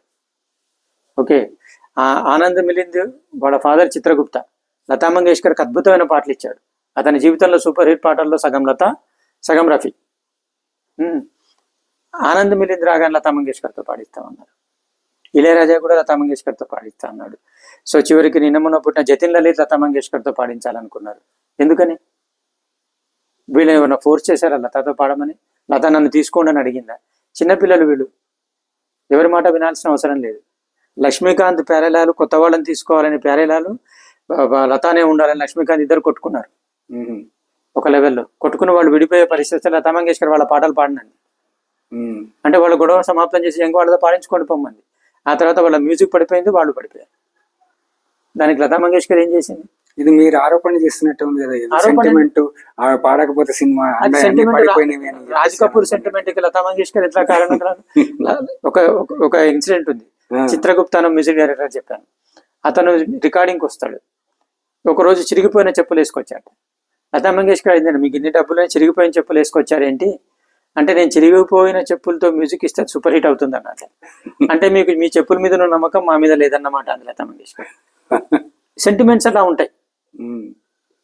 ఓకే, క్రికెట్ లో కూడా వాడు బ్యాట్ ఇలా పట్టుకుని ఇలా అనాలి, ఇలా ప్రతి ఎవరి సెంటిమెంట్ వాళ్ళకు ఉంటాయి. దానికి మీరు నేను రెస్పాన్సిబుల్ కాదు. రాజ్ కపూర్కి ఆ సెంటిమెంట్ ఉంది అంటే దానికి లతా మంగేష్కర్ ఎలా కారకురాలు? పాడింది ఎలా పాడింది? బాబీలో పాటలు సూపర్ హిట్ అయ్యి బాబీ ఇంత సూపర్ హిట్ అయింది. ఇప్పుడు కూడా హమ్ తుమ్ ఏక్ కమ్రే మే బంధువా అందరికీ గుర్తుంటుంది. అవును, సూపర్ హిట్ పాట అది. జూట్ బోలే కవ్వా కాటే అందరికి గుర్తుంటుంది. సో దానిలో లతా మంగేష్కర్ తప్పేముంది? వేరే వాళ్ళని తీసుకోమనండి. ఆమె రాజ్ కపూర్ నన్నే తీసుకోమని చెప్పలే కదా. చివరి సినిమా దాకా, హెన్నా దాకా రాజ్ కపూర్ లతాతోటే పాడించాడు. ఆమె అంటే అనేక మంది కెరీర్ ని ఆమె ఎట్లా ధ్వంసం చేసింది. ఇప్పుడు పాటనిది పోనీ పాటలు ఫెయిల్ అయ్యా. ప్రేమ్ రోగ్లో లతా మంగేష్కర్ పాటలే హిట్, రామ్ తెరి గంగామైలో లతా మంగేష్కర్ పాటలే హిట్, హెన్నాలో కూడా లతా మంగేష్కర్ పాటలే, సత్యం శివ సుందరం లతా మంగేష్కర్ పాటలే. సో మీకు as long as is delivering goods, why do you want change him? Change చేసి కొత్త వాడిని తీసుకున్న వాడు వల్ల దెబ్బతింటే who wants to take a risk? ఇప్పుడు మీకు అక్కడ ఒక అద్భుతమైన పని చేసేవాడు ఉన్నాడు, కొత్త వాడిని ఎందుకు తీసుకుంటారు వీడు పని చేస్తున్నంత కాలం? After all it's a business. It's a business. అదేమి గవర్నమెంట్ ఉద్యోగం కాదు, 60కి రిటైర్ అయిపోవడం అని పనిమంతుడైనా కాకపోయినా. So this is a business. అందుకని వాళ్ళు చివరికి ఆమె స్వచ్ఛందంగా తప్పుకుంది. నేను అన్ని రకాల పాటలు పాడను, బోర్ వస్తుంది, నా స్థాయికి తగ్గ పాటలు ఇవ్వండి అని చెప్పింది. ఆమెకి గట్టి పోటీ ఇచ్చింది ఒక అనురాధ పౌడ్వాల్. అయితే అనురాధ పౌడ్వాల్ కూడా ఆమె వాయిస్ తో కాకుండా రాజకీయం చేసింది. అయితే లతా మంగేష్కర్ ఏం చేసింది? ఆమె తిట్టలేదు, కొట్టలేదు. ఆమె లతా మంగేష్కర్ నా క్యారీర్ నాశనం చేసింది, లతా మంగేష్కర్ అవుట్, నేనే నెంబర్ 1, ఆమె వత్తాసు పలికారు, టీ సిరీస్ తోటి నానా హంగామా చేసింది. దానికి లతా మంగేష్కర్ సమాధానం ఎట్లా ఇచ్చింది? లేకిన్ అని ఒక సినిమా తీసింది, అద్భుతమైన పాటలు. ఆ పాటలు విన్న తరువాత అసలు అటువంటి పాటలు ఎవరు క్రియేట్ చేయట్లేదు, పాడేవాళ్ళు లేరు. యారా సిలి సిలి బిరాకి రాత్ మే జల్నామా, ఏక్ సదీసే బయటి సునియోజీ అరజ్ మారియో, ఒక్కొక్క పాట అసలు తీసి పెట్టలేమన్నమాట. పిచ్చెక్కిపోయింది ఆ పాటలు వింటుంటే. ఇక అనురాధ పౌడ్వాల్ పాటలు ఎవరు వింటారు? అనురాధ పౌడ్వాల్ అంతలో ఆమె హస్బెండ్ పోయాడు, దానికి లతా మంగేష్కర్ రెస్పాన్సిబుల్ కాదు, ఆమె పడిపోయింది. అండ్ ఆమె నదీం శ్రవణ్ వాళ్ళతో కొట్లాడింది, వాడు ఆమెను తీసుకోవడం మానేసి వేరే వాళ్ళకి ఛాన్స్ ఇచ్చారు, ఆమె పడిపోయింది. దాని లతా మంగేష్కర్ది ఏముంది? సో ఇట్లా సింపుల్గా ఇంకొకటి కూడా చెప్తాము, హిందీ సినిమా ఫీల్డ్లో స్థిరపడాలంటే ఏదో ఒక క్యాంపులో ఉండాలి. ఫస్ట్ రూల్ సాహిత్యంలో ఉన్నట్టు సాహిత్యం. సో ఏదో ఒక క్యాంపులో ఉండాలి. ఉదాహరణకి లతా మంగేష్కర్ ఎస్డి బర్మన్ కొట్లాడారు. ఎస్డి బర్మన్ లతా మంగేష్కర్ తోటి పాడించడం మానేశాడు, ఆశా భోస్లేతో పాడించాడు. మ్యూజిక్ దెబ్బతిన్నది, ఆయనకి హార్ట్ అటాక్ వచ్చింది. హార్ట్ అటాక్ వచ్చినప్పటికీ ఆయన బెస్ట్ లాయలిస్టులు కూడా వేరే వెళ్ళిపోయారు, వేరే వాళ్ళని తీసుకున్నారు. సో అతని క్యారీర్ ఇక అయిపోయిందనే పరిస్థితి. ఆ టైంలో అతని వెంట దేవానంద్ నిలబడ్డాడు, నవకేతన్. ఎవడెటు పోయినా నువ్వు నా సినిమా మ్యూజిక్ ఇవ్వాల్సిందే, నువ్వు బాగా వచ్చిన తర్వాత ఇమ్మన్నాడు. సో నవకేతన్ ఉండటం వల్ల ఎస్డి బర్మన్ మళ్ళీ నిలబడ్డాడు, లతా మంగేష్కర్ తో కాంప్రమైజ్ అయిపోయింది, మళ్ళీ చనిపోయేదాకా సూపర్ హిట్ మ్యూజిక్ ఇస్తూ వచ్చాడు. సో ఒక క్యాంప్ ఉండాలి. వాణి జయరాం ఒక క్యాంప్ ఎస్టాబ్లిష్ చేసుకోలేకపోయింది, బాలసుబ్రహ్మణ్యం ఒక క్యాంప్ ఎస్టాబ్లిష్ చేసుకోలేకపోయాడు. బాలసుబ్రహ్మణ్యం ఏంటి, ముందు సల్మాన్ ఖాన్ వాయిస్ లాగా వచ్చాడు, తర్వాత వాడిని కమల్ హాసన్కి పరిమితం చేశారు. సో సౌత్ వాయిస్ అయిపోయింది. అక్కడ నుంచి అతని కమల్ హాసన్ కూడా కిషోర్ కుమార్తో పాడించడం మొదలుపెట్టారు. So out. సో ఇటువంటి రాజకీయాలు హిందీ సినిమాలో ఒకడు పైకి వస్తున్నంటే జరుగుతాయి. దాన్ని అన్నిటికీ లతా మంగేష్కర్ని బ్లేమ్ చేయాల్సిన అవసరం లేదు. ఇంకొకటి ఏంటంటే తెలుగు మన మగ గాయకుల్ని చూడండి. మగ గాయకుల్లో మహమ్మద్ రఫీ ఉన్నాడు, కిషోర్ కుమార్ ఉన్నాడు, ముఖేష్ ఉన్నాడు, మహేంద్ర కపూర్, మన్నాడే. వీళ్ళు ఎవరైనా అనగదొక్కారని మీకు అనిపిస్తుందా? లేదు కదా. ఒక పాట మన్నాడేతో పాడించారు, బాగలేదని చెప్పి రఫీతో పాడించారు. రఫీతో సూపర్ హిట్ అయింది పాట. ఏ మహలో ఏ తఖ్తో ఏ తాజోంకి దినే కాదు, అది కహా జినే నాజే హింద్ పర్వో కహా అని ప్యాసాలో. మన్నాడే రికార్డు కూడా బయటకు వచ్చింది, కానీ మళ్ళీ రఫీతో పాడించారు, సూపర్ హిట్ అయింది. మన్నాడే రఫీ నా క్యారీర్ అనగదొక్కాడని వ్యాఖ్యానించాడా? లేదుగా. రఫీ లాంటి గొప్ప సింగర్ పాట పాడటం అనేది నాకు చాలా గర్వకారణం అన్నాడు. సో మరి ఒక ఆడవాళ్ళ విషయాల్లోనే ఎందుకు వస్తాయి? గాయకుల దగ్గరనే వచ్చింది, గాయకుల దగ్గర లేదు. ఇప్పుడు ఎన్నో పాటలు కిషోర్ కుమార్ పాటలు రఫీ పాడాల్సి వచ్చింది. కిషోర్ కుమార్కి రఫీ పాడాడు. ఎందుకంటే కిషోర్ కుమార్ ఒక సినిమా సగం చేసిన తర్వాత వాడు డబ్బులు ఇవ్వట్లేదని పాడకుండా వెళ్ళిపోయాడు. సినిమా రిలీజ్ కావాలి, అందుకని రఫీని పిలిచి పాడించారు. రఫీ కిషోర్ పర్మిషన్ తీసుకున్నాడు, పాడేశాడు. కిషోర్ కుమార్ రఫీ అనకు దొక్కాడు అన్నారా? అనలేదు కదా. అంతెందుకు, రఫీకి లతా మంగేష్కర్ పాడేవాళ్ళు కాదు. అప్పుడు లతా మంగేష్కర్ తోటి మహేంద్ర కపూర్ పాడాడు, రఫీ తోటి సుమన్ కళ్యాణ్పూర్, ముబారక్ బేగం ఇలాంటి వాళ్ళు పాడారు. సో అప్పుడు లతా మంగేష్కర్ని ఎవరు అనగదొక్కారన్నారా, రఫీని అనగదొక్కారన్నారా? సో ఇవన్నీ ఏంటంటే మనం ఊహించుకుని, మనం కల్పించుకుని, మన గుణాలని వాళ్ళకి ఆపాదించి వాళ్ళని కిందకి లాగాలని ప్రయత్నించడం. ఒకడు అనగదొక్కాల్సిన పని లతా మంగేష్కర్కి అవసరం లేదు. ఆమె గొంతు విప్పిందంటే చాలు, సూర్యుడు వచ్చిన తర్వాత ఈ దివిటీలన్నీ పారిపోయినట్టు అందరూ పారిపోవాల్సింది. ఆమె వాయిస్ అటువంటిది, భగవద్దత్తమైన వాయిస్ అది. సో మామూలు పాటను కూడా అద్భుతంగా, ఇప్పుడు మేఘారే మేఘారే మత్ పరదేశ్ జారీ అని ఒక శాస్త్రీయ సంగీత ఆధారిత పాట ఉంది. At the height of disco time వచ్చింది ఆ పాట. అందరూ డిస్కో పాటలు, మయ్యక్ డిస్కో అని పాట కూడా లత పాడింది. సో అందరు ఇటువంటి పాటలు వచ్చినప్పుడు ఈమె పాట మేఘారే మేఘారే సూపర్ హిట్ అయింది. శాస్త్రీయ సంగీతము లతా మంగేష్కర్. సో ఆ రకంగా లతా మంగేష్కర్ ఒక అలసాల్సిన పని లేదు. ఇప్పుడు మీరే హిమాలయ పర్వతం అయినప్పుడు ఈ చిన్న కొండల్ని గుట్టల్ని చూసి భయపడాల్సిన అవసరం ఏముంది? భయపడతారా? భయపడాల్సిన అవసరం లేదు. భయపడ్డారని మనం ఊహిస్తాం.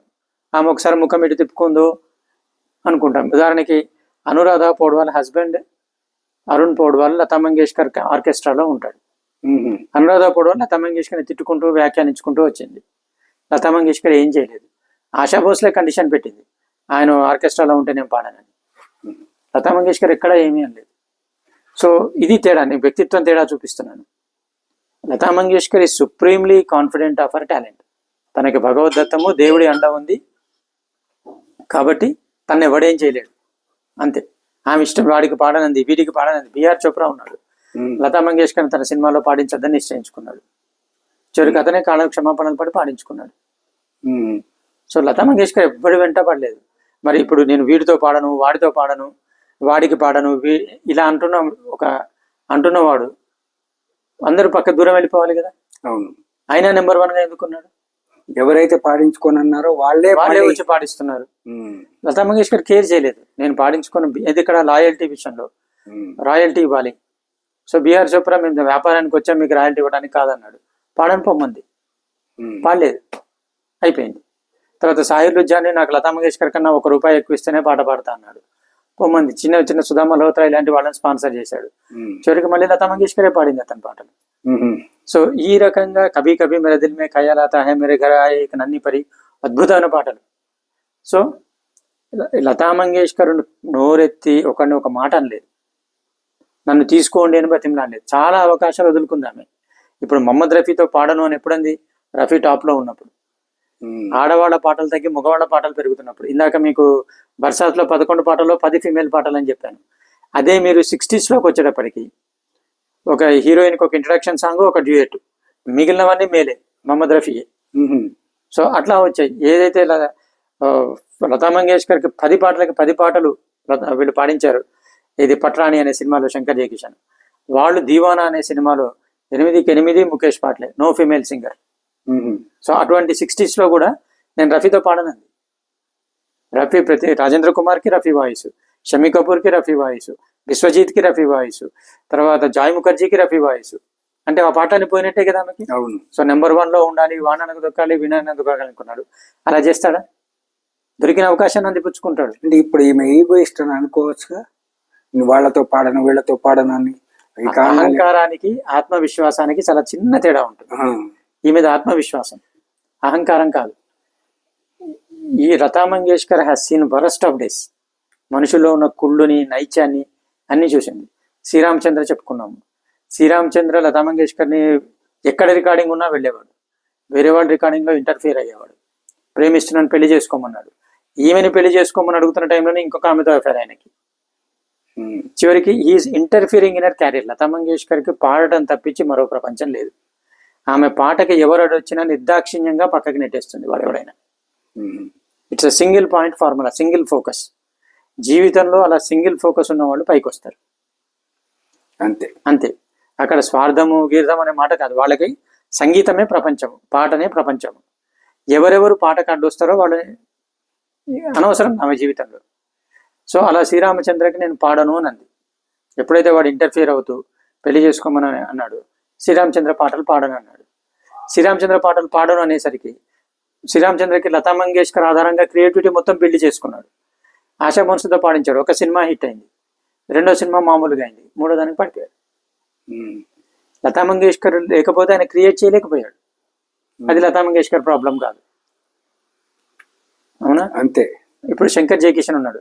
శంకర్కి లతా మంగేష్కర్తో ఎలాంటి అనుబంధం లేదు, కానీ వేరే వాళ్ళతో అతను పాటలు పాడించిన లతా మంగేష్కర్ దగ్గర ఉన్న క్రియేటివ్ ఫ్రీడమ్ అతనికి వేరే సింగర్ల దగ్గర లేదు. ఆశా భోన్స్లే కానీ, ఎంతో శారద అయితే వేస్ట్ అసలు నిజానికి. అలా అంటే కొందరు కోపాలు వస్తాయి, కానీ it's a very grating voice. డిఫరెంట్గా ఉంది, ఒక 2 పాటలు హిట్ అయినాయి. ఆమె కోసం ఇప్పుడు ఒక ఉన్నతుడు మరొక ఉన్నత స్థాయి కళాకారులతో పనిచేస్తున్నప్పుడు అత్యున్నత స్థాయి కళా సృష్టి జరుగుతుంది. ఒక అత్యుత్తమ కళాకారుడు మామూలు స్థాయి కళాకారుడు సృష్టించినప్పుడు కళ స్థాయి కూడా తగ్గుతుంది. శంకర్ జయకిషన్కి అదే జరిగింది. With Lata Mangeshkar unlimited capacity, అద్భుతమైన పాటలు క్రియేట్ చేశారు. ఎప్పుడైతే ఇతర గాయకులు మళ్ళారో వాళ్ళకి తగ్గట్టు పాట సృజించాలి. ఇప్పుడు శారద హై పిచ్చి పాడలేదు, అందుకని ఆమెకు అన్ని ఫ్లాట్ ఒకటే టైప్ ట్యూన్లు, వీళ్ళ క్రియేటివిటీ దెబ్బతింది. అందుకే మళ్ళీ 74లో లతా మంగేష్కర్తో రాజీ పడ్డ తర్వాత సన్యాసి సినిమాలో సూపర్ హిట్ పాటలు ఇచ్చాడు. అన్ని పాటలు సూపర్ హిట్, అన్ని లతా మంగేష్కర్ పాడింది. ఒక సోలో మన్నాడే పాడతాడు. స్వరంలో ఉన్న ప్రత్యేకత ఏమిటి? మీరు లతా మంగేష్కర్ ఇంతగా సినిమాను మొత్తం ఆవరించేసి కమ్మేసినట్టుగా లతా మంగేష్కర్ స్వరంలో ఉన్న ప్రత్యేకతను మీరు ఎట్లా అభివర్ణిస్తారు? మీరు సూర్యుడిని చూసి వర్ణించమంటే ఏం వర్ణిస్తారు? గుడివాడైపోతాం. సముద్రం గొప్పతనం చెప్పమంటే ఏం చెప్తాం? ఈ బ్రహ్మాండము విశ్వంలో ఉన్నటువంటి సౌందర్యాన్ని వర్ణించమంటే ఏం వర్ణిస్తాం? సరస్వతి దేవి స్వరూపం, అంతకన్నా ఎక్కువ ఏం చెప్పలేము. ఆమె గొంతులో సరస్వతి ఉంటుంది. ఇతర గాయకులు చాలా టాలెంట్ ఉన్నవాళ్ళు, సరస్వతి కటాక్షం ఉన్నవాళ్ళు. కానీ లతా మంగేష్కర్ గొంతులోనే సరస్వతి నివాసం ఉంటుంది. కాబట్టి ఇంకా ఏం చెప్పలేము. ఈమెకు పోటీగా ధీటుగా నిలబడిన వాడు ఒక మహమ్మద్ రఫీ మాత్రమే. ఈమెలాగానే సింగిల్గా పాటలతో సినిమాని హిట్ చేయగలిగాడు. రకరకాల నటీనటులకి ఒక ఇమేజ్ ఇవ్వగలిగాడు లతా మంగేష్కర్ లాగానే. So on par with Lata Mangeshkar. అందుకని లతా మంగేష్కర్ ఒకవేళ భగవంతుడు మగవాడే మగ గొంతుతో పాడితే మనం రఫీ గొంతులో పాడతాడు, అమ్మాయి ఆడ గొంతులో పాడితే లతా మంగేష్కర్ గొంతులో పాడతాడు. అంతే, ఇంకా దీనికి వేరే ఏమి. మిగతా కూడా గొప్ప సింగర్లు. Kishore Kumar most talented, is a genius. Mukesh అద్భుతమైన సింగర్, మన్నాడేని మించిన వాడు లేడు. బట్ వీళ్ళిద్దరూ ఒక స్థాయి, అంతే. ఇంకా వేరే దీనికి కారణాలు చెప్పలేము. వాళ్ళని ప్రత్యేకత ఏంటంటే ఏం చెప్పలేము ఇంకా, అంతే. They are there. ఒక 70 ఏళ్ళు లతా మంగేష్కర్ సినీ సంగీతాన్ని శాసించిన. ఎందుకంటే ఆమె కొన్ని కండిషన్లు పెట్టేది. పిచ్చి పాటలు పాడను, బూతు పాటలు పాడను, ఉత్తమ సాహిత్య విలువలు సంగీత విలువలు ఉన్న పాటలే పాడతాను. అయినా ఆమెతోటి ఇన్ని పాటలు పాడించారు. ఆమె టర్మ్స్ అండ్ కండి ఎందుకు నేను పిచ్చి పాటలు ఇస్తాను వాళ్ళు లతా మంగేష్కర్ అశమస్సుతో పాడించుకున్నాడు. అంతేగాని లతా మంగేష్కర్ అటువంటి పాటలు పాడమని లేదు. ఒక్క శంకర్ జయకిషన్ ఇన్సిస్ట్ చేశారు, మై కాకరు రామ్ ముజే బుడ్డా మిల్గయా అనే పాట నేను పాడానంటే పాడించారు. తర్వాత వాడికి పాడనండి, పడిపోయాడు. దానికి ఆమె తప్పు కాదు. ఆమెకు ఒక నియమం పెట్టుకుంది, తర్వాత నియమం సడలించింది. ఆమె క్యాబరే పాటలు పాడింది. ఆమె 53లో కూడా క్యాబరే పాటలు పాడింది, 49లో కూడా పాడింది. కానీ ఆమె క్యాబరే పాటలు పాడినా వాటికి ఒక పవిత్రంగా అనిపిస్తుంది. మీరు ఇంతకాం సినిమాలో 70sలో ఈ చేంజింగ్ ట్రెండ్స్ ప్రకారం ఆ జానే జాన్ ఒక పాట వచ్చింది. ఆ పాట వినండి మీరు, మంచి వాల్యూమ్ పెట్టుకుని. ఎంత లతా మంగేష్కర్ రాగం తీసి ఎంత పవిత్రంగా అనిపిస్తుందో. సినిమాలో హెలెన్ డాన్స్ చేస్తుంది. Helen is Duniya May Jena high తో సున్ లో మేరే బాత్ అని ఇంత చిన్న డ్రెస్ వేసుకుని డాన్స్ చేస్తుంది. ఆ పాట ఎంత అద్భుతంగా అనిపిస్తుందో. That is Lata Mangeshkar greatness. అందుకే నౌషాద్ ఆఫ్ రికార్డ్ అన్నాడు, రాజు భరతన్ దాన్ని ఆన్ రికార్డు పెట్టాడు. లతా మంగేష్కరు క్యాబరే పాట పాడినా అది భజన్ లాగా అనిపిస్తుంది. ఆశా భోస్లే భజన పాడినా క్యాబరే పాట లాగా అనిపిస్తుంది. బాజారు పన్ అన్నాడు ఆయన. ఆశా భోస్లే స్వరంలో బాజారు పన్ ఉంటుందని, ఒక వెకిలితనము, ఒక ఇది ఉంటుంది. అది నిజమే. తర్వాత ఆయన క్షమాపణలు పెట్టుకుని అలా అనలేదన్నాడు అది. But that is a fact. So Lata Mangeshkar voice లో ఉన్న గొప్పతనం అది. ఇంకంతకన్నా వేరే చెప్పడం కుదరదు. తర్వాత ఆమె మారిన ట్రెండ్స్ ప్రకారం తన సింగింగ్ స్టైల్ మారుతూ వచ్చింది. ఎప్పుడైతే కొంచెం హీరో హీరోయిన్లు మరీ యంగ్ అవుతున్నారు, అప్పుడు ఆమె కూడా యంగ్గా చిలిపిగా పాడటము.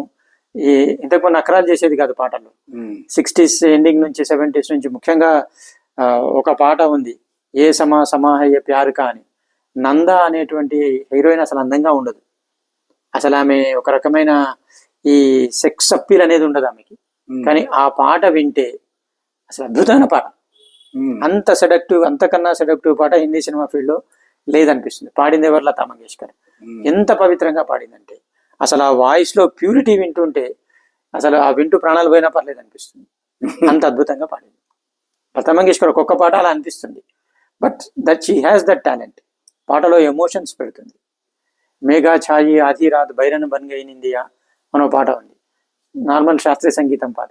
అది దానిలో లతా మంగేష్కర్ తీసిన రాగాలు కానీ ఆ పాటలు. ఇంకొకటి ఏంటంటే లతాకి రఫీకి ప్రధాన తేడా, చాలా మంది లతాని రఫీ కన్నా ఒక ఉన్నత స్థానంలో పెట్టడానికి 2 కారణాలు ఉన్నాయి.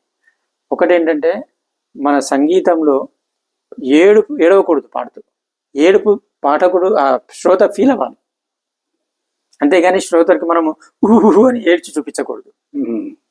ఓకే, సో లతా మంగేష్కర్ పాటల్లో గొప్పతనం ఉంటుంది. మీరు పాట వింటుంటేనే ఆ విషాదం మనం అనుభవిస్తాం. అది లతా మంగేష్కర్ వాయిస్లో అలా మోడ్యులేట్ చేస్తుంది అనమాట, ఆ పదాలను అలా పలుకుతుంది. ఓకే, ఇప్పుడు రూఠే అనాలి, రూఠే అంటే వదిలిపెట్టేళ్లకు అని.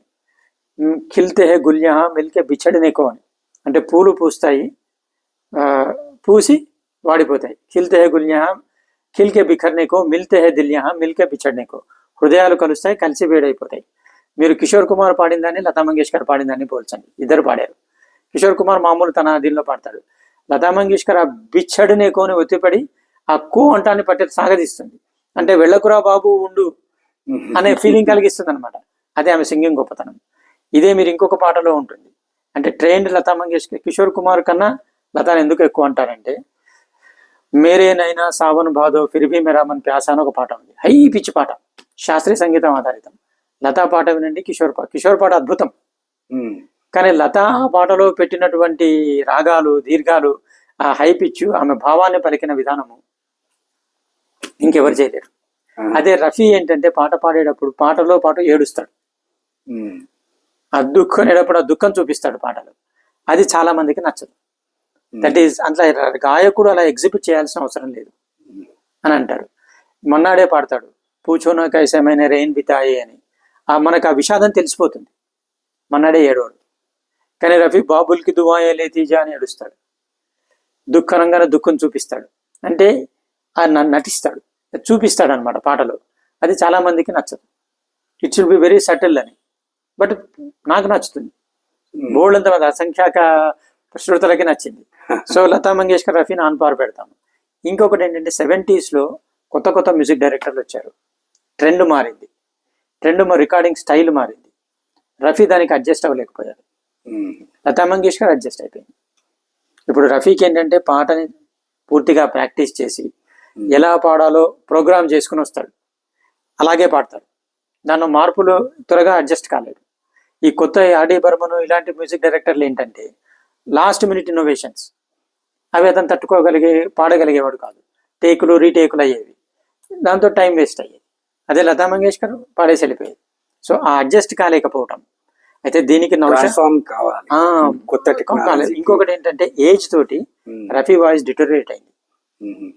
ఇప్పుడు కిషోర్ కుమార్ వాయిస్ గంభీర్యం ఉంది, ఏజ్ తోటి 70s వచ్చేటప్పుడు కిషోర్ కుమార్ అద్భుతమైన వాయిస్ అయిపోయింది. అతను రఫీ పక్కన పాడినప్పుడు కిషోర్ కుమార్ వాయిస్ ఏమో బ్యారిటోన్ వాయిస్, రఫీ వాయిస్ కొంచెం తక్కువ స్థాయిలో వినపడటం మొదలుపెట్టింది. అది కూడా రఫీని కొందరు తక్కువ, చివరికి రఫీ మళ్ళీ నెంబర్ 1కి వచ్చాడు, అది వేరే సంగతి. అదొకవేళ నేను రఫీ మీద బుక్ రాస్తే దానిలో రాస్తాను. కానీ ఆ పడటము, లేవటము, అడ్జస్ట్ కాలేకపోవటము, ఇవన్నీ రఫీలు చూడొచ్చు. లతా మంగేష్కర్కి అది లేదు. ఆమె వాయిస్ మారుతుంటే సింగింగ్ స్టైల్ మార్చింది. ఇంకా చిన్నపిల్లలకు తగ్గట్టు చిన్నపిల్లలకు పాడింది. టీనా మునింకి తూ 16 బరస్కి మే 17 బరస్కా అని పాట పాడింది. కాజోల్కి మేరే ఖాబో మే జో ఆయో పాడింది 2000లో. సో ఇది ఈ మార్పుకి తట్టుకునే మార్పుని తనకు అనువుగా మార్చుకుంటూ ఆ నిలబడగలగటము, యంగ్ జనరేషన్కి తగ్గట్టు లతా మంగేష్కర్ నువ్వెంత అన్ని ఇచ్చే సంగీత దర్శకుల దగ్గర నుంచి, లతా మంగేష్కర్ తమ పాట పాడితే చాలు అనేటువంటి సంగీత దర్శకుల దగ్గర నుంచి, లతా మంగేష్కర్ దేవత మా స్టూడియోలో అడుగు పెడితే మా జన్మధన్యం అనుకునే సంగీత దర్శకుల వరకు ఆమె పాడింది. అందరికీ అడ్జస్ట్ అవుతూ పాడింది, ఆ గౌరవం నిలుపుకుందాన్ని. సో అది ఆమె గొప్పతనం. బీయింగ్ ఏ ఫిమేల్, ఇక్కడ ఫిమేల్ అనేది స్ట్రెస్ చేస్తున్నాం, ఒంటరి ఫిమేల్. ఒక సంగీత దర్శకుడు ఆమె ఇనీషియల్గా 47-48లో ఒక పాట రికార్డింగ్కి వస్తే ఆమె పక్కన పాడే సంగీత దర్శకుడు మ్యూజిక్ నేర్పించాల్సిన వాడు తాగొచ్చిన వాడి పాట నేను పాడనని వెళ్ళిపోయింది 48లోనే. ఇంకా అప్పటికి ఆమెకు పేరు రాలేదు. ఆమె పక్కన ఒక ఫేమస్ సింగర్ దురాని అని చెప్పాము, అతను ఈమె వైట్ శారీ కట్టుకొస్తే నాకు మూడ్ రావట్లేదు, రొమాంటిక్ మూడ్ అన్నాడు, వాడితో పాడనంది. ఇంకొకడు ఆమె మెడలో ఉన్న గొలుసు మీద కామెంట్ చేశాడు. అప్పటి నుంచి ఆమె కంప్లీట్ మెడ కప్పుకుంటుంది. చివరికి కూడా 80sలో కూడా ఇంటర్వ్యూలు ఇచ్చేటప్పుడు 90s 2000లో ఇట్లా అనుకుంటూ సర్దుకుంటూనే ఉంటుంది, అంటే మెడ కూడా చూపించలేదు. వైట్ శారీసే. సో ఆ రకంగా ఆమె తను అనుకున్నట్టే పేరు వచ్చినా రాకపోయినా ఆమె అసలు సినిమా ఫీల్డ్లో నిలదొక్కుంటో లేదో తెలిసిపోయిన 47లో రికార్డు చూసిన వాడు లతా మంగేష్కర్ నిలబడగలుగుతుందని ఎవడన్నాడు. 5-6 పాటలు పాడింది సంవత్సరంలో. అదే టైంకి శంషాద్ బేగము, గీతా దత్తులు 100 పాటలు పాడారు. అదే 49కి వచ్చేటప్పటికి ఆమె 100 పాటలు పాడింది, 51లో టాప్. దట్ అనూహ్యమైనటువంటి మలుపు ఏదైతే ఉందో అది లతా మంగేష్కర్. దట్ వాయిస్, పరిస్థితులు అనుకూలించటము, ఆ అవకాశాలని ఆమె అందిపుచ్చుకోవటము, తన టర్మ్స్కి తగ్గట్టు. లత వివాహం చేసుకోలేదు, దానికి కారణం ఏంటి?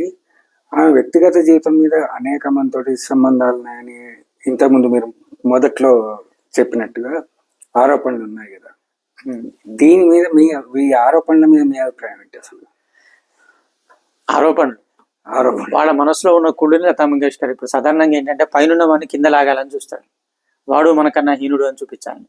సో ఈ కుళ్ళును అక్కడ ఆమెకు ఆపాదించి ఆమె మీద బురద చల్లాలని ప్రయత్నించారు. పైగా భారతీయ సమాజంలో ఒక వికృతి ఏంటంటే ఒక మహిళ ఒంటరిగా ఉంటే వీళ్ళు భరించలేరు, ఎవడో ఒకటి మీద ఆధారపడాలి. చివరికి మన ఫెమినిస్టులు కూడా భర్తను వదిలేసి వేరే మగవాడితో కలిసి ఉంటున్నారు, వాడే ఆధారంగా ఉంటున్నారు తప్పించి ఇండిపెండెంట్గా వాళ్ళ కాళ్ళ మీద వాళ్ళు నిలబట్టారు. చాలా అరుదుగా నిలబడతారు, వాళ్ళు మేము ఫెమినిస్టులం అని చెప్పుకోరు. ఓకే, సో లతా మంగేష్కర్ అలాంటిది ఎవ్వడి మీద ఆధారపడలేదు, ఎవ్వడిని లెక్క చేయలేదు, ఎవడి మాట వినలేదు. సో ఒక ఫిమేల్, ఒంటరి ఫిమేల్ అలా ఉండి మిగతా వాళ్ళకి ఎట్లా ఉంటుంది? సో అందుకని ఆరోపణలు చేస్తారు, ఆమె ప్రతి అడుగును చూస్తారు.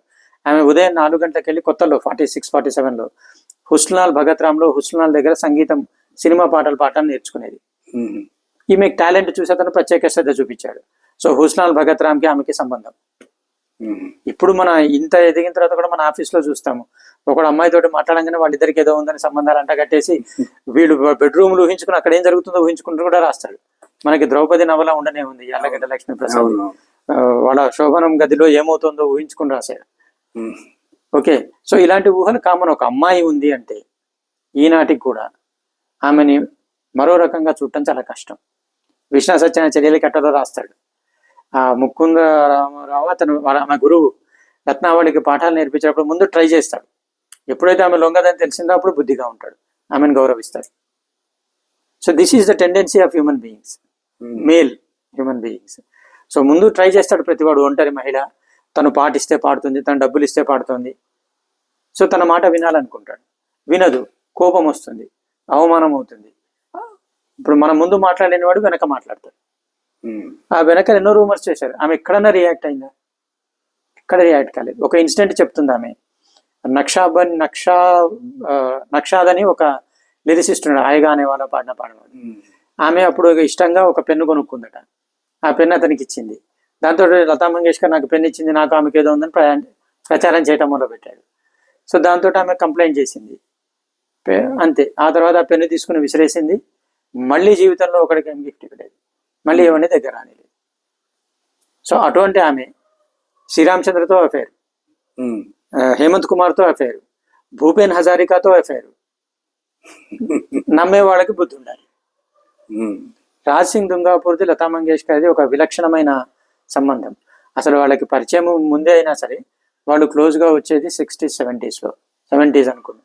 అప్పటి లతా మంగేష్కర్కి 40-50 ఏళ్ళు, అతను లతా కన్నా చిన్నవాడు. So there is nothing physical about it, you can easily say. And Gulzar ఒక పాట రాశాడు, हमने देखी है उन आंखों की महकती खुशबू, हाथ से छू के इसे रिश्तों का इल्जाम न दो, सिर्फ एहसास है ये रूह से महसूस करो, ప్యారు కో ప్యారు హీ रहने दो कोई नाम न दो. ప్రేమని ప్రేమగానే ఉంచండి, దానికి ఆరోపణలు చేసి సిర్ఫ్ ఎహసాస్ అయ్యే, ఎహసాస్ అంటే ఒక ఫీలింగ్, ఆత్మతో రూహ్ సే మహసూస్ కరో. సో ప్రేమని ప్రేమగానే ఉండనివ్వండి, దానికి ఏదో ఒక పేరు పెట్టి దాన్ని పాడు చేయకండి. అది వీళ్ళిద్దరి రిలేషన్కి వర్తిస్తుంది. So she state like that. ఆమె తన టర్మ్స్ మీద బతికింది, ఒకరి దగ్గర రానిలేదు, ఎప్పుడు దేనికి లొంగలేదు. అటువంటి ఆమె ఈ అఫైర్లు గిఫైర్లు అంటే వీళ్ళ ఇదే. ఆమె దేనికి రియాక్ట్ కాలేదు. శ్రీరామచంద్ర ఆమె గురించి అవాకులు చవాకులు రాశాడు, రియాక్ట్ కాలేదు, పట్టించుకోలేదు. ఇప్పుడు చప్పట్లకి 2 చేతులు కావాలి. వాడు ఒక మాట అంటే మనం ఒక మాట అంటే మాటలు పెరుగుతాయి. వాడు అంటాడు, మన పని మనం చేసుకుంటూ పోతాం, అక్కడ తాగిపోతాం. వాళ్ళకి మరింత కసి పెరుగుతుంది, మరింత 4 గంటలు పట్టించుకోం. సో ఒక రకంగా చెప్పాలంటే లతా మంగేష్కర్, నరేంద్ర మోదీ ఆల్మోస్ట్ సిమిలర్. ఈమె సినిమా రంగం, ఆమె రాజకీయ రంగం. అందుకే లతా మంగేష్కర్ నరేంద్ర మోడీ అంటే చాలా ఇష్టం. నరేంద్ర మోదీకి లతా మంగేష్కర్ అంటే భక్తి, గౌరవం. సో ఈ రకంగా లతా మంగేష్కర్ క్యారెక్టర్ని, వ్యక్తిత్వాన్ని అర్థం చేసుకోలేని వాళ్ళు. పైగా 13 ఏళ్ళప్పుడు ఇంటి బాధ్యత తీసుకుంది. ఒక ఇల్లు కట్టుకుని ఎకనామిక్ స్టెబిలిటీ వచ్చేటప్పటికి 60s దాటిపోయింది. చెల్లెళ్ళ పెళ్లిళ్ళు చేసింది, తమ్ముడి పెళ్లి చేసింది. సో ఇక తనకు సంగీతానికి తన జీవితాన్ని అంకితం ఇచ్చింది. సంగీతమే తన లైఫ్ అనుకుంది. పాటలు పాడుతూ ఉంది, మీరా భజన్లు పాడింది, మీరా ఇమేజ్ క్రియేట్ చేసుకుంది, భగవద్గీత పాడింది. సో ఇవన్నీ ఆ పుస్తకంలో రాశాను. ఎంత జాగ్రత్త తీసుకునేది ఒక్కొక్క పదం పలకటానికి, ఒక ఉచ్చారణ, ఆ భావము, అక్కడ రాగము. ఎందుకంటే ఈ రాగాల్లో కొంచెం ఎక్కువ తీస్తే రాగం మారిపోతుంది. ఆ రాగం మారకుండా ఇక్కడ రఫీ గొప్పతనం తెలుస్తుంది. రఫీ పాట పాడేటప్పుడు ఎక్కడైనా ఏడ్చినా సరే కరెక్ట్గా ఆ రాగంలో ఎక్కడ ఆ స్వరాలు వెయ్యాలో అక్కడ వేసేవాడు. రాగం చెడేది కాదు, ఏడ్చినా సరే. అది గొప్పతనం.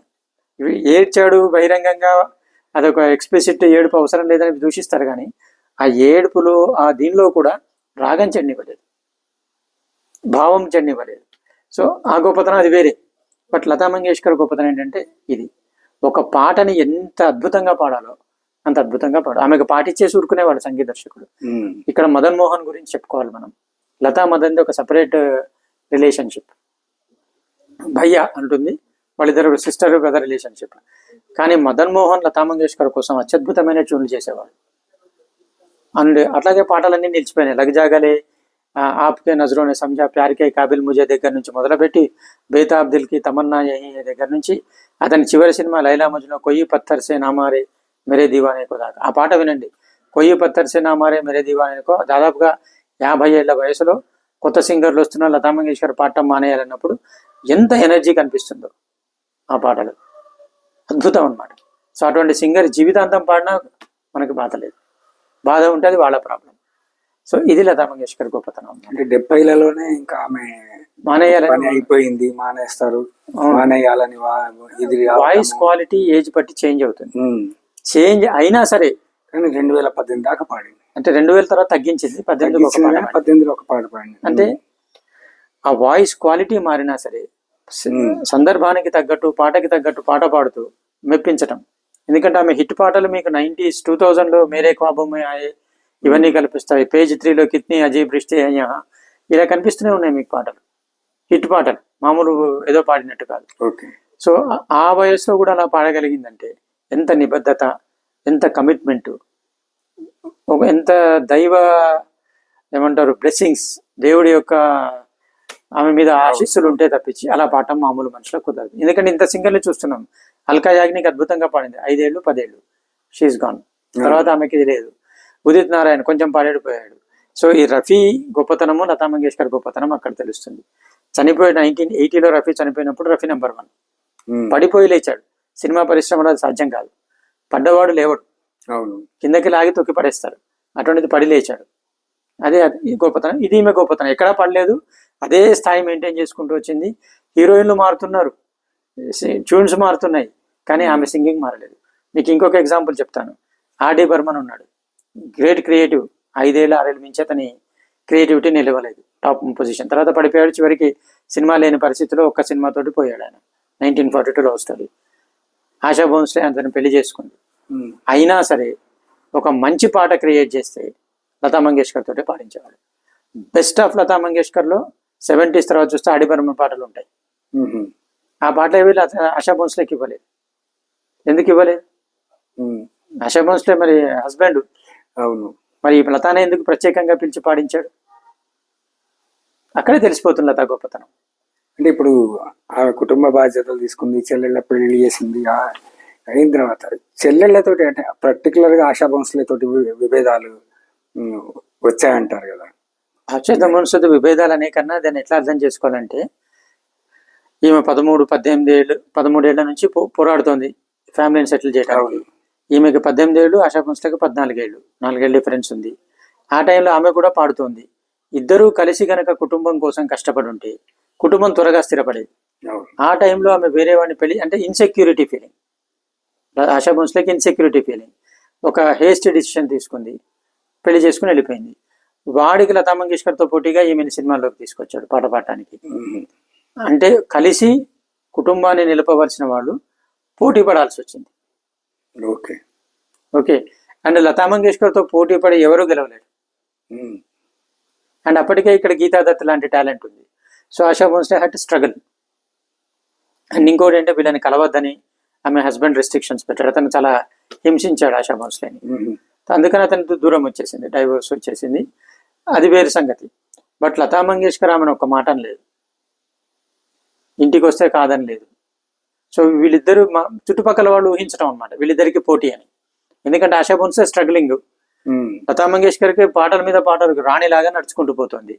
పోనీ ఆమెతో పాటించండి అని ఎవరికి చెప్పదు. ఈమె పాటలు ఈమె పాడుకుంటూ పోతుంది. ఆమెకు అవకాశాలు రావు, ఏది దొరికితే అది పాడుతుంది. సో అందరూ పోటీ ఉంది, ఆమె అనగదొక్కుతుంది, ఇలాంటి మాటలు మాట్లాడుకుంటే లతా మంగేష్కర్కి దానిలో పాత్ర ఏముంది? ఆమె రెండో సిస్టర్, ఇంకో సిస్టర్ కూడా కొన్ని పాటలు పాడినట్టు. ఉషా మంగేష్కర్, మీనా మంగేష్కర్ వీళ్ళందరూ పాడారు, కానీ వాళ్ళకి లతా మంగేష్కర్ కొన్న టాలెంట్ లేదు. ఏవో పాడారు, కొన్ని పాటలు హిట్ అయినాయి అంతే. తప్పించి లతాకు ఉన్నటువంటి రేంజ్ ఎవరికీ లేదు. అసలు ఆమె వాయిస్ క్వాలిటీ, వాయిస్ లో ఉన్న ఆ ప్యూరిటీ అనే పదం తప్పించి వేరే పదం రావట్లేదు. అది ఒక దైవ భావన ఏదైతే ఉందో ఆ వాయిస్ లో. మీరు లతా మంగేష్కర్ పాడిన సంత జ్ఞానేశ్వర్ అభంగులు వినండి. సినిమా పాటలన్నీ ఒక ఎత్తు, ఆమె పాడిన అభంగులు ఒక ఎత్తు. అసలు ఆమె రాగం తీసి పాట మొదలు పెట్టడంతో మనసు ఎక్కడికి వెళ్ళి, అది సోనియాచ జిన్ వర్షే అమృతాచ ఘన్ హరి పహిలారే అని ఒక్కొక్క పాట పాడుతుంది. భాష ఇస్ నాట్ ఏ హిండ్రన్స్ అనమాట, భాషతో సంబంధం లేదు. ఆమె వాయిస్ మనకి చెప్తుంది. మోగురా పులేలా అనే ఒక పాట ఉంది. సో అసలు ఆ పాట వింటుంటే మనకు అర్థమైపోతుంది, మరాఠీ పాట అయినా సరే. అది లతా మంగేష్కర్ గొప్పతనం. ఇప్పుడు హిందీ భాషకి ఉర్దూ భాషకి ఉండే డిఫరెన్స్, ఆ పదాల్లో కూడా డిఫరెన్స్ ఉంటుంది. కానీ హిందీ సినిమాల్లోకి వచ్చేసరికి ఈ రెండు పదాలు సమ్మిళితమై వచ్చే పాటలు వస్తాయి. అప్పుడు వీటిని ఎట్లా మేనేజ్ చేస్తారు, ఎట్లా అవుతుంది? అసలు హిందీ సినిమాల్ని 1960s దాకా ఉర్దూ ఫిలిమ్స్ అనేవాళ్ళు. ప్రధానంగా ఉర్దూనే ఉండేది. తర్వాత హిందీ వచ్చింది, కానీ ఇప్పటికి కూడా ఉర్దూ మనం వాడే పదాలు మనకు తెలియకుండానే ఉర్దూ పదాలే. ఇష్క్ గిష్క్ ఇవన్నీ అక్కడ పదాలే. ఉర్దూ పర్షియన్ మిక్స్ ఉంటాయి. అసలు లతా మంగేష్కర్ వచ్చిన కొత్తలో దిలీప్ కుమార్ వెటకారం చేశాట.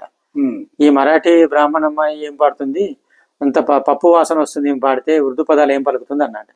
సో షీ లెర్న్ ఉర్దూ పదాలు. అందుకనే మీరు లతా మంగేష్కర్ పాట పాడేటప్పుడు వినండి, ఉర్దూ తురక వాళ్ళ కన్నా స్పష్టమైన ప్రొనౌన్సియేషన్ ఉంటుంది. మీరు ప్రొనౌన్సియేషన్ వినాలంటే లతా మంగేష్కర్ పాట వినాలి, మహమ్మద్ రఫీ పాట వినాలి.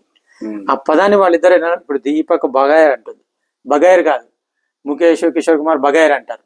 లతా మంగేష్కర్ దీపక్ బగైర్ అంటుంది. ఆ బగైర్ ఆ రాని ప్రొనౌన్స్ చేయటం ఏదైతే ఉందో అది అట్లా పట్టుకుందనమాట. ఉఠాయే జా ఉన్కే సితమ్ అని ఒక పాట పాడింది.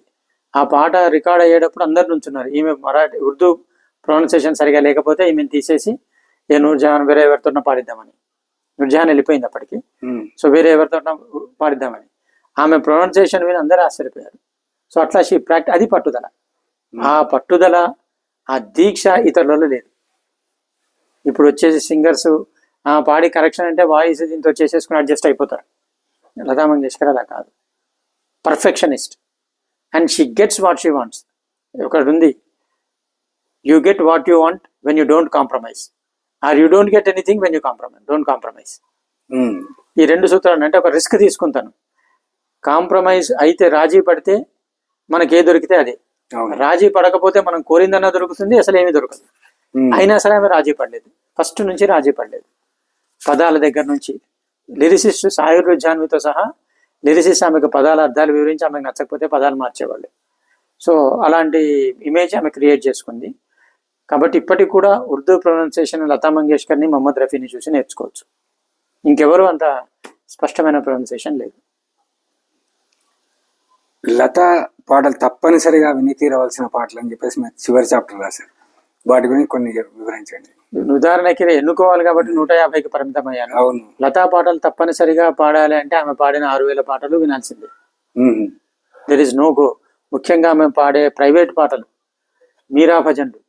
అసలు ఆ మీరా భజన్లు వింటుంటే ఇక మీరానే లతా మంగేష్కర్ అనిపిస్తుంది. అంత ఆ భావనలు, ఒక్కొక్క పాట అసలు భాష అనేది అడ్డంకి కాదు అక్కడ. గడిచేతో మీరాబాయి ఉతిరి గర్వాలలో సాసని, అసలు ఆ పాటలు వింటుంటేనే మనకి ఆ మూడు ఫీలింగు, ఆ ప్రేమ భావన, భక్తి భావన అన్నీ అర్థమైపోతాయి. ఇక్కడ సంత్ జ్ఞానేశ్వర్ పాటలు వింటుంటే అసలు ఆ భక్తి భావన సముద్రంలో ఇక మనం కొట్టుకుపోతాం, బయటికి రావడం చాలా కష్టం. అలాగే ఈ తులసిదాస్ భజనలు పాడింది, తర్వాత వైష్ణవ జంతో దినే కలియేజీ పాడింది. ప్రతి ఒక్క పాట ఆమె నాన్ ఫిల్మీ సాంగ్స్, అసలు దాని మీద ఒక 1000 పేజీల పుస్తకం రాయొచ్చు.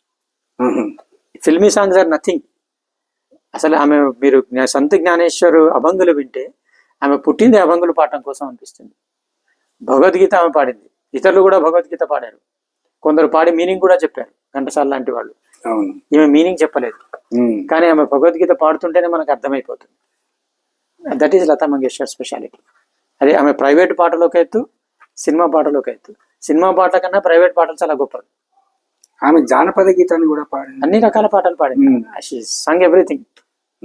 చెప్తున్నాం కదా, she is born to sing. Saraswati Devi స్వరంలో ఉంది. ఇక లిమిటేషన్ ఎదుటివాడు సంగీతం క్రియేట్ చేయడంలో ఉంది, కానీ లతా మంగేష్కర్లో లేదు. ఇప్పుడు ఒక పెద్దదానికి ఒక లిమిటేషన్ ఉంటుంది. లిమిటేషన్ ఆమె చుట్టూ ఉన్న సంగీత దర్శకులు క్రియేట్ చేశారు, అంతకన్నా గొప్ప ట్యూన్లు ఇవ్వలేక. తప్పించి ఆమె దగ్గర లిమిటేషన్ లేదు. ఉదాహరణకు ఒక పాట ఉంది, సాధారణంగా మేల్ సాంగ్స్ ఫిమేల్ సాంగ్స్ అంటారు. అవును, అంటే మగవాడి పిచ్చికి ఫిమేల్ పిచ్చికి చేంజ్ ఉంటుంది. ఇప్పుడు రఫీ హై పిచ్ వెళ్ళిపోయాడు అనుకోండి, ఎఫర్ట్లెస్ గా అనిపిస్తుంది, అందంగా ఉంటుంది. ఆడవాళ్ళు హై పిచ్కి వెళ్తే అది కీచు గొంతులాగా అనిపిస్తుంది. సో చాలా మంది లతా మంగేష్కర్ కీచు గొంతు అంటారు, కానీ వాళ్ళకి అర్థం కాదు ఏంటంటే అంత హై పిచ్కి వెళ్ళి కూడా అక్కడ గమకాలు కణస్వరాలు వేసి రాగం తీసి మళ్ళీ కిందకి దిగుతుంది, భావం చెడకుండా.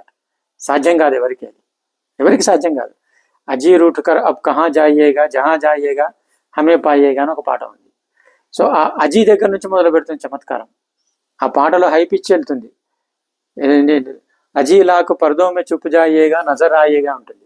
అజీ లాకు పర్దో మే చుప్ జాయేగా నజర్, హై పిచ్లో ఆగకుండా ఊపిరి పీసుకోకుండా పాడుతుంది. అదే పాట రఫీ ఒక చరణం పాడతాడు, హై పిచ్కి వెళ్ళి ఒక్క సెకండ్ ఊపిరి తీసుకుని పాడతాడు. ఓకే, సో ఆ రఫీని తక్కువ చేయడం కాదు, కానీ అంత రఫీ లాంటి సింగరే అంత హై పిచ్కి వెళ్ళి ఒక్క క్షణం ఆగి పాట అందుకున్నప్పుడు, ఈమె పాట అందుకోకుండా ఆగకుండా అక్కడ మళ్ళీ స్వరాలు వేసి అలంకారాలు వేసి పాట అందుకోవడం. అది ఇంకొకటి ఉంది, ఎహసాన్ తెరా హోగా ముజ్ పర్ అని జంగ్లీ సినిమాలో, అది రఫీ పాడతాడు.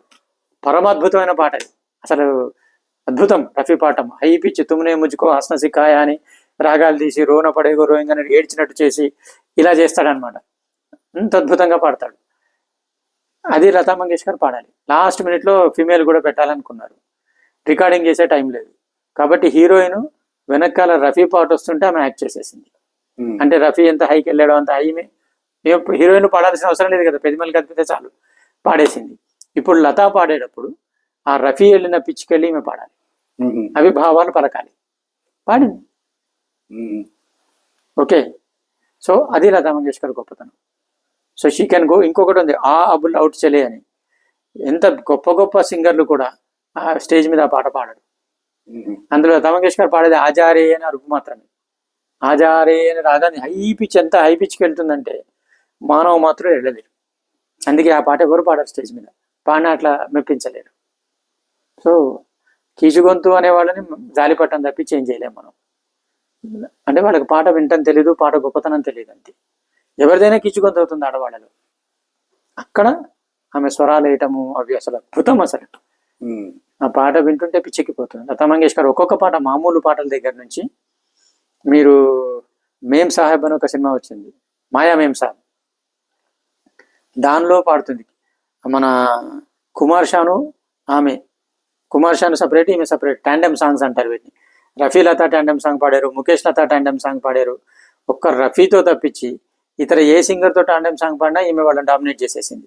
ఇందాకే చెప్పాం, మేరేనైనా సావన్ బాదు సూపర్ హిట్ కిషోర్ కుమార్ పాట, కానీ జాగ్రత్తగా వింటే లతా మంగేష్కర్ది మనకి ఆమె చేసిన గొప్పతనం తెలుస్తుంది. ఖిల్తే హే గుల్యహా, ఆ మిల్కే బిచ్చడి నేకో దగ్గర ఆమె బిచ్చడి నేకోను వదలకుండా వదిలినట్టు, దూరం వెళ్ళిపోతుంటే దూరం వెళ్ళొద్దు అన్నట్టు. సో అలా చమత్కారాలు చేస్తుంది ఆమె. ఈ పాట వింటే ఇది ఎక్ హసీ నిగాహ కా దిల్ పే సాయా హై, జాదు హై జునూన్ హై, కైసే మాయా హై అని పాట. మీరు కుమార్ షాను వినండి, లతా వినండి, లతా డామినేషన్ తెలిసిపోతుంది అసలు. అప్పటికి ఆమెకి 60 ఏళ్ళు వస్తున్నాయి. ఓకే, అసలు ఎవరు నిలబడలేరు ఆ ముందు.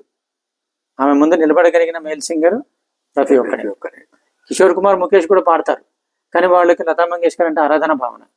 ఆమెతో టక్కర తీసుకోలేదు, టక్కర తీసుకున్నవాడు ఒక రఫీనే.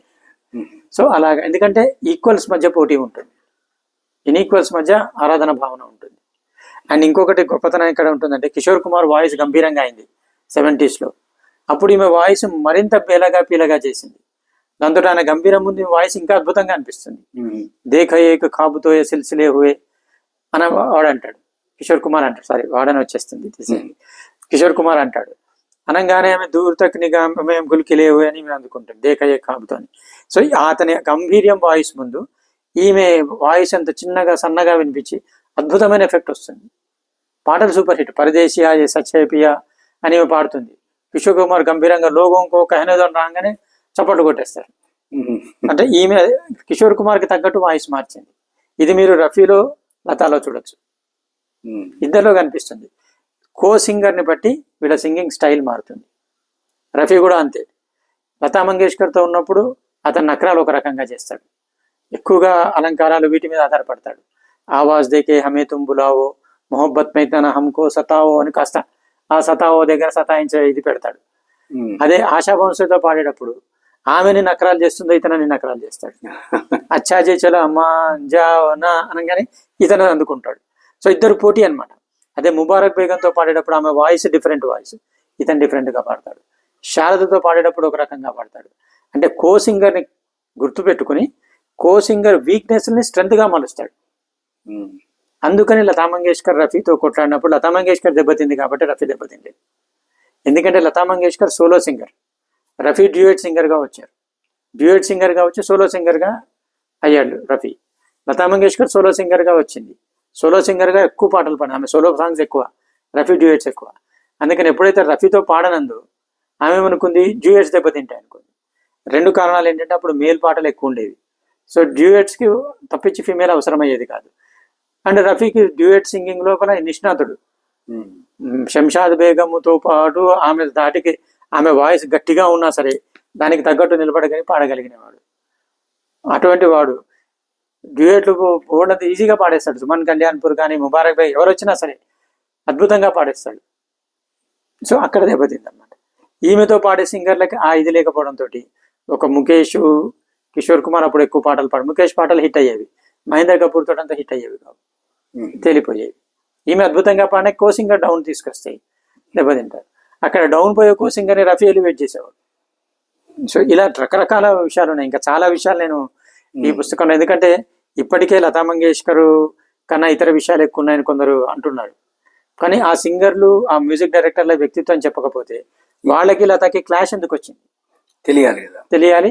ఆ క్లాష్ని వాళ్ళు ఎట్లా తట్టుకున్నారు, ఈమె ఎట్లా, ఇది తెలియాలి. అలాగే కో సింగర్స్ తోటి క్లాషెస్, రఫీ తోటి పాడనంది ఎందుకంది, ఎట్లా తట్టుకుని నిలబడ్డాడు, ఈమె అప్పుడు ఏమైంది. నేను స్టాటిస్టిక్స్ కూడా ఇచ్చాను. ఆ టైంలో ఆమె పాటలు ఎట్లా తగ్గిపోయినాయి, రఫీ పాటలు ఎట్లా పెరిగినాయి.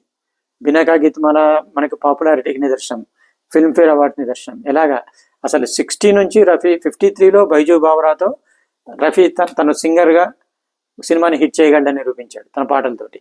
ఇక ఆ తర్వాత ఇలాగ male dominate. Raj Kapoor male songs తీసుకొచ్చాడు సినిమాలోకి. రాజ్ కపూర్ ఇంట్రడక్షన్ ఆవారాహు అని, మేరా జూతా హై జపానీ అని. సో హీరో ఇంట్రడక్షన్ పాటలు మొదలైనవి. ఫిమేల్ దెబ్బతింది. ముందు హీరో ఇంట్రడక్షన్కి ఒక పాట ఫిమేల్కి ఉండేది ఇంట్రడక్షన్, తర్వాత ఫిమేల్ ఇంట్రడక్షన్ పోయి హీరో ఇంట్రడక్షన్ పాట, డ్యూయట్లు మొదలైనవి, ఫిమేల్కి ఏడు పాట. ఇలాగ రకరకాలుగా సినిమా మారింది. మారినవన్నీ వీళ్ళిద్దరు తట్టుకుంటూ వచ్చారు. అది గొప్పతనం అన్నమాట. సో కాబట్టి ఇవన్నీ రాయకపోతే ఒకటి లతా మంగేష్కర్ ఆ పాట పాడింది, ఈ పాట పాడింది, అది అద్భుతంగా పాడింది, ఇది గొప్పగా ఉపయోగం లేదు. ఇప్పటికీ మొన్న ఒక ఆయన మెసేజ్ పెట్టాడు, మీ పుస్తకం నేను ఇప్పటికి 3 సార్లు చదివాను, అద్భుతంగా ఉంది, మీరు సలీల్ చౌదరికి న్యాయం చేయలేదన్నాడు. సలీల్ చౌదరి గురించి ప్రస్తావన ఉంది, కానీ సలీల్ చౌదరితో ఆమె కొట్లాట లేదు. సలీల్ చౌదరి ఒక మాట అన్నాడు, ఆమె మామూలుగా ఉంటే మామూలు మనిషిలాగా ఉంటుంది, మైక్ దగ్గరికి వెళ్ళేటప్పటికి సరస్వతీదేవి అంతే. సో ఆయనతో ఆమెకు డిస్ప్యూట్ లేదు. పైగా రఫీకి లతాకి డిస్ప్యూట్ వచ్చినప్పుడు ఆయన లతాను సపోర్ట్ చేశాడు. మాయా అనే సినిమాలో తస్వీర్ తెరే దిల్ మే అనే పాట. ఆ తర్వాత రఫీ మళ్ళీ సలీల్ చౌదరికి పాడలేదు. రఫీ పాడని ఇట్లా కొట్లాడి పాడేసిన తక్కువ ఇన్సిడెంట్స్ ఇవి. సలీల్ చౌదరికి మళ్ళీ పాడలేదు. లతాకి అద్భుతమైన పాటలు ఇచ్చాడు సలీల్ చౌదరి. సో ఇలాగా ఇన్సిడెంట్స్ ఉన్నాయి. కానీ ఇప్పుడు ఎస్డి బర్మన్ గురించి, శంకర్ జయకిషన్ గురించి, వీళ్ళ గురించి రాసినంత, అనురాధ పౌడ్వాల్, రఫీ వీళ్ళ గురించి రాసినంత సలీల్ చౌదరి అందరి గురించి రాయలేము. ఎంతమంది మ్యూజిక్ డైరెక్టర్లు అసలు లెక్క తీస్తే అసలు 49-50కి వచ్చినప్పటికే ఆమె 70-80 మ్యూజిక్ డైరెక్టర్ల పాటలు పాడింది. ప్రతి ఒక్కరికి లత కావాలి. అసలు మామూలుగా తెలియని సంగీత దర్శకులు కూడా లతా వల్ల సజీవంగా నిలబడుతున్నారు. ఈ గేవ సాంగ్ టు లతా మంగేష్కర్ అని అలాగా. సో ఎంతమంది గురించి రాస్తాం కాబట్టి, అది కాక బుక్ ఇప్పటికే 400 పేజీలు దాటింది. అవును, 420 పేజీలు వచ్చేసింది. అండ్ ఒక సింగర్ గురించి నేను చదవటము ఇవన్నీ, పైగా హిందీ సినిమా పాటలు అన్నీ అందరికీ తెలియాలని లేదు. సో ఇటువంటి ఇవన్నీ ఉన్నాయన్నమాట. ఇది మీరు లత గురించి రాసిన కోట్స్, ఆమె మాట్లాడిన దాంట్లో ఆమెకు ఫోటోగ్రఫీ అంటే ఇష్టం అనేది ఒకటి, క్రికెట్ అంటే ఇష్టం అని కూడా. అవును, క్రికెట్ పిచ్చి. అంటే వితౌట్, అంటే ఈ out of the box cricket ఇచ్చి ఆమె రామ జన్మభూమికి పాట కూడా పాడింది. అండ్ ఇలా ఉంది ఆమెకి రామభక్తి. ఎవరేమనుకున్నా తన భక్తిని చూపించుకుంది అంతే. అండ్ ఉద్ధవ్ ఠాకరేతో ఆమెకి మంచి రిలేషన్స్ ఉన్నాయి. మళ్ళీ ఇలా అన్నమాట. అంటే ఆమె ఎవరితోటి కొట్లాడలేదు. సినీ ఫీల్డ్ లోనే వాడికి పాడని వీడికి పాడండి, కానీ బయట అందరూ ఆమెను భక్తి భావంతో చూశారు. సినిమా ఫీల్డ్ లో కూడా ఇక 60s తర్వాత ఆమె అందరూ భక్తి భావం, కొత్త మ్యూజిక్, ఆర్డి బర్మను, రాజేష్ రోషను, వీళ్ళంతా ఆమె లక్ష్మీకాంత్ ప్యారలల్ అయితే వాళ్ళ క్యారియర్ లతా రఫీ వల్ల నిలబడింది. ఎందుకంటే ఒక శంకర్ జయకిషన్కి లతా పాడనంది, లతాతో పాడించాలనుకునే వాళ్ళందరూ లక్ష్మీకాంత్ ప్యారలల్ ప్రిఫర్ చేశారు. ఇప్పుడు బాబీ కూడా లక్ష్మీకాంత్ ప్యారలల్ మ్యూజిక్, లతా పాటలు. సో ఈ రకంగా అన్నమాట. హైయెస్ట్ పాటలు లక్ష్మీకాంత్ ప్యారలల్కి పాడింది ఆమె, 700 పైన పాటలు. సో శంకర్ జయకిషన్కి 360 పాటలు సంథింగ్ పాడింది, 420 అనుకుంటాను, 360 మహమ్మద్ రఫీ. సో ఈ రకంగా ఆమె షీ మెయింటైన్ దట్ రిలేషన్షిప్. ఒక్క మాట ఒకని ఆమె దూషించింది చూపించండి మీరు, ఇన్నేళ్ల లోపల ఎక్కువ రికార్డు చూపించండి. వాడు పనికిరాని వాడు చెత్త మ్యూజిక్ డైరెక్టర్ అను, వాడికి మ్యూజిక్ ఇవ్వటం రాదను ఒక్కడైనా లేదు ఆమె. తను పాట పాడటమే, పాట is our voice, is our weapon. She destroyed everybody with weapon. అంతే తప్పించి కుట్రలు కుతంత్రాలతో కాదు. అనురాధ పౌడ్వాల్ ఎగ్జాంపుల్ చెప్పాను. అవును, ఆ లెవెల్లో 80s లో ఆమె పాటలు తగ్గించుకుంది. నాకు మంచి పాటలే పాడతాను, పిచ్చి పిచ్చి పాటలు పాడినాయి. అందుకని లక్ష్మీకాంత్ ప్యారలాలు ప్రతి సినిమాలో ఆమె కోసం ఒక ప్రత్యేకమైన పాటను చేసేవాళ్ళు. రామ్ లఖన్లో అన్ని వేరే వాళ్ళు పాడారు. ఓ రాముజీ బడా దుఃఖదిన అద్భుతమైన పాటలు అత పాడింది. అట్లాగే హీరో సినిమాలో అన్ని అనురాధ పౌడ్వాల్ పాడింది. కానీ నిందియా సే జాగి బహార్, ప్యార్ కర్నే వాలే, కభీ డర్తే నహీ లతా పాడింది. సో ఈ రకంగా they use to create special songs for her. అటువంటి అంటే తగ్గించుకుంది తనే, యంగ్ వాళ్ళకి ఛాన్స్ ఇచ్చింది. వాళ్ళు అందిపుచ్చుకోకపోతే ఆమె ఏం చేస్తుంది? అంతే కదా మరి. అండ్ అందరూ ఈమె పాడాలని పట్టుపట్టి, ఇప్పుడు చోప్రా ఉన్నాడు, యశ్ చోప్రా, లత పాడాలనే కూర్చున్నాడు, తప్పనిసరిగా పాడింది అంతే. ఇది కాజల్కి, కాజోల్ చిన్నపిల్ల ఆమె కాజోలు మదర్కి పాడింది, కాజల్ వాళ్ళ పెద్దమ్మకి పాడింది, కాజల్కి పాడింది.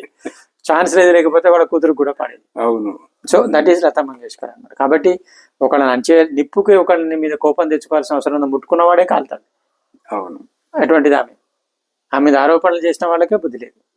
ఆమె ఏమి తాకలేదు, ఆమె రియాక్షన్ లేదు. ఇప్పుడు ఒకడు నువ్వు కుక్క అన్నాడు అనుకోండి, నేను కుక్కనా అన్నామంటే ఎక్కడో వీడికి అనుమానం ఉందన్నమాట, వాడు మనిషి ఆ కుక్క అని. వాడు కుక్క అన్న వీడు పట్టించుకోకుండా నేను మనిషిని నాకు తెలుసు, వాడు కుక్క అంటే ఏంటి, పంది అంటే ఏంటి. You can see that maturity in Lata Mangeshkar. దీనిలో చివరగా నేను ఒకటి, ఈ లతా మంగేష్కర్ తెలుగులో ఒకే ఒక పాట పాడింది, 2 పాటలు పాడింది. ఒకటి ఆర్డి బర్మన్ ట్యూన్ లో ఒక డ్యూయట్ పాడింది, నాగార్జున సినిమా. తర్వాత నిద్రపోరా తమ్ముడా. అందులో తెలుగు అంత స్పష్టంగా పలకడం అనేది అద్భుతం ఆ పాటలు. అదే రఫీ తెలుగులో పాటలు పాడినప్పుడు ఆ క్లారిటీ ఉన్నట్టు అనిపించదు. అంటే తెలుగు వచ్చేసరికి, తెలుగు పాటల విషయంలో మన తెలుగు కార్యక్రమం కాబట్టి ఆ పాటల గురించి చెప్పండి. తెలుగు పాటల గురించి గొప్పగా చెప్పుకోవడానికి నిజానికి ఏమీ లేదు. లతా మంగేష్కర్ వివిధ భాషల్లో పాడటము, భాషలు నేర్చుకోవటము, భాషకి తగ్గట్టు అక్కడికి మీరు పట్టి వింటే ఆ ఒత్తి పట్టడం తెలుస్తుంది. నిద్ర పోరా తమ్ముడా అంటామో తెలుస్తుంది. అది డెఫినెట్లీ ఎవరికైనా ఉంటుంది. అది ఈవెన్ తలత్ మహమూద్ అందాల సీమ సుధా నిలయమని తెలుగులో పాడాడు, పిచ్చివాణి గుడ్డివాణి బాబాయ్ అని పాడాడు, మనకి పట్టించేస్తారు. రఫీది డిస్టింగ్ గా ఉండడం ఏంటంటే, being a Muslim use to pronouncing Urdu words, ఆయనకి ఆ నిన్ను కత్తుల రత్తయ్యనులే ఇలా వచ్చేస్తుంది అనమాట. అయినా సరే మనం మెచ్చుకున్నాం. ఇప్పుడు ఆరాధన సినిమాలో భలే తమ్ముడు సినిమాలో హిందీలో రఫీ పాడాడు, తెలుగులో కూడా రఫీ పాడాలి. ఎన్టీ రామారావుకి మహమ్మద్ రఫీ. సో రఫీ అన్నాడు వాయిస్ నాది ఇట్లా ఉంటుంది మరి ఎట్లా అని. ఏం పర్లేదు మీరు పాడితే చాలన్నారు. పాడాడు, సూపర్ హిట్ పాటలు. ఎంతవారు కానీ వేదాంతులైనా కానీ ఆ పాట. ఇంకొక అద్భుతమైన డ్యూయట్ ఉంటుంది దానిలో. చిలిపిగా కసిరే చెలియ విలుపులో అలకలు గని నవ్వుకున్నాను, చేతులు చాచి చెంతకు చెరి ఆ చెలిని అందుకున్నాను ఆహా నవ్వుతాడు మధ్యలో. నేడే ఈనాడే కనిపించాను చెరికాడే అని. అట్లా ఈ రకమైన అది ఒక మాధుర్యం.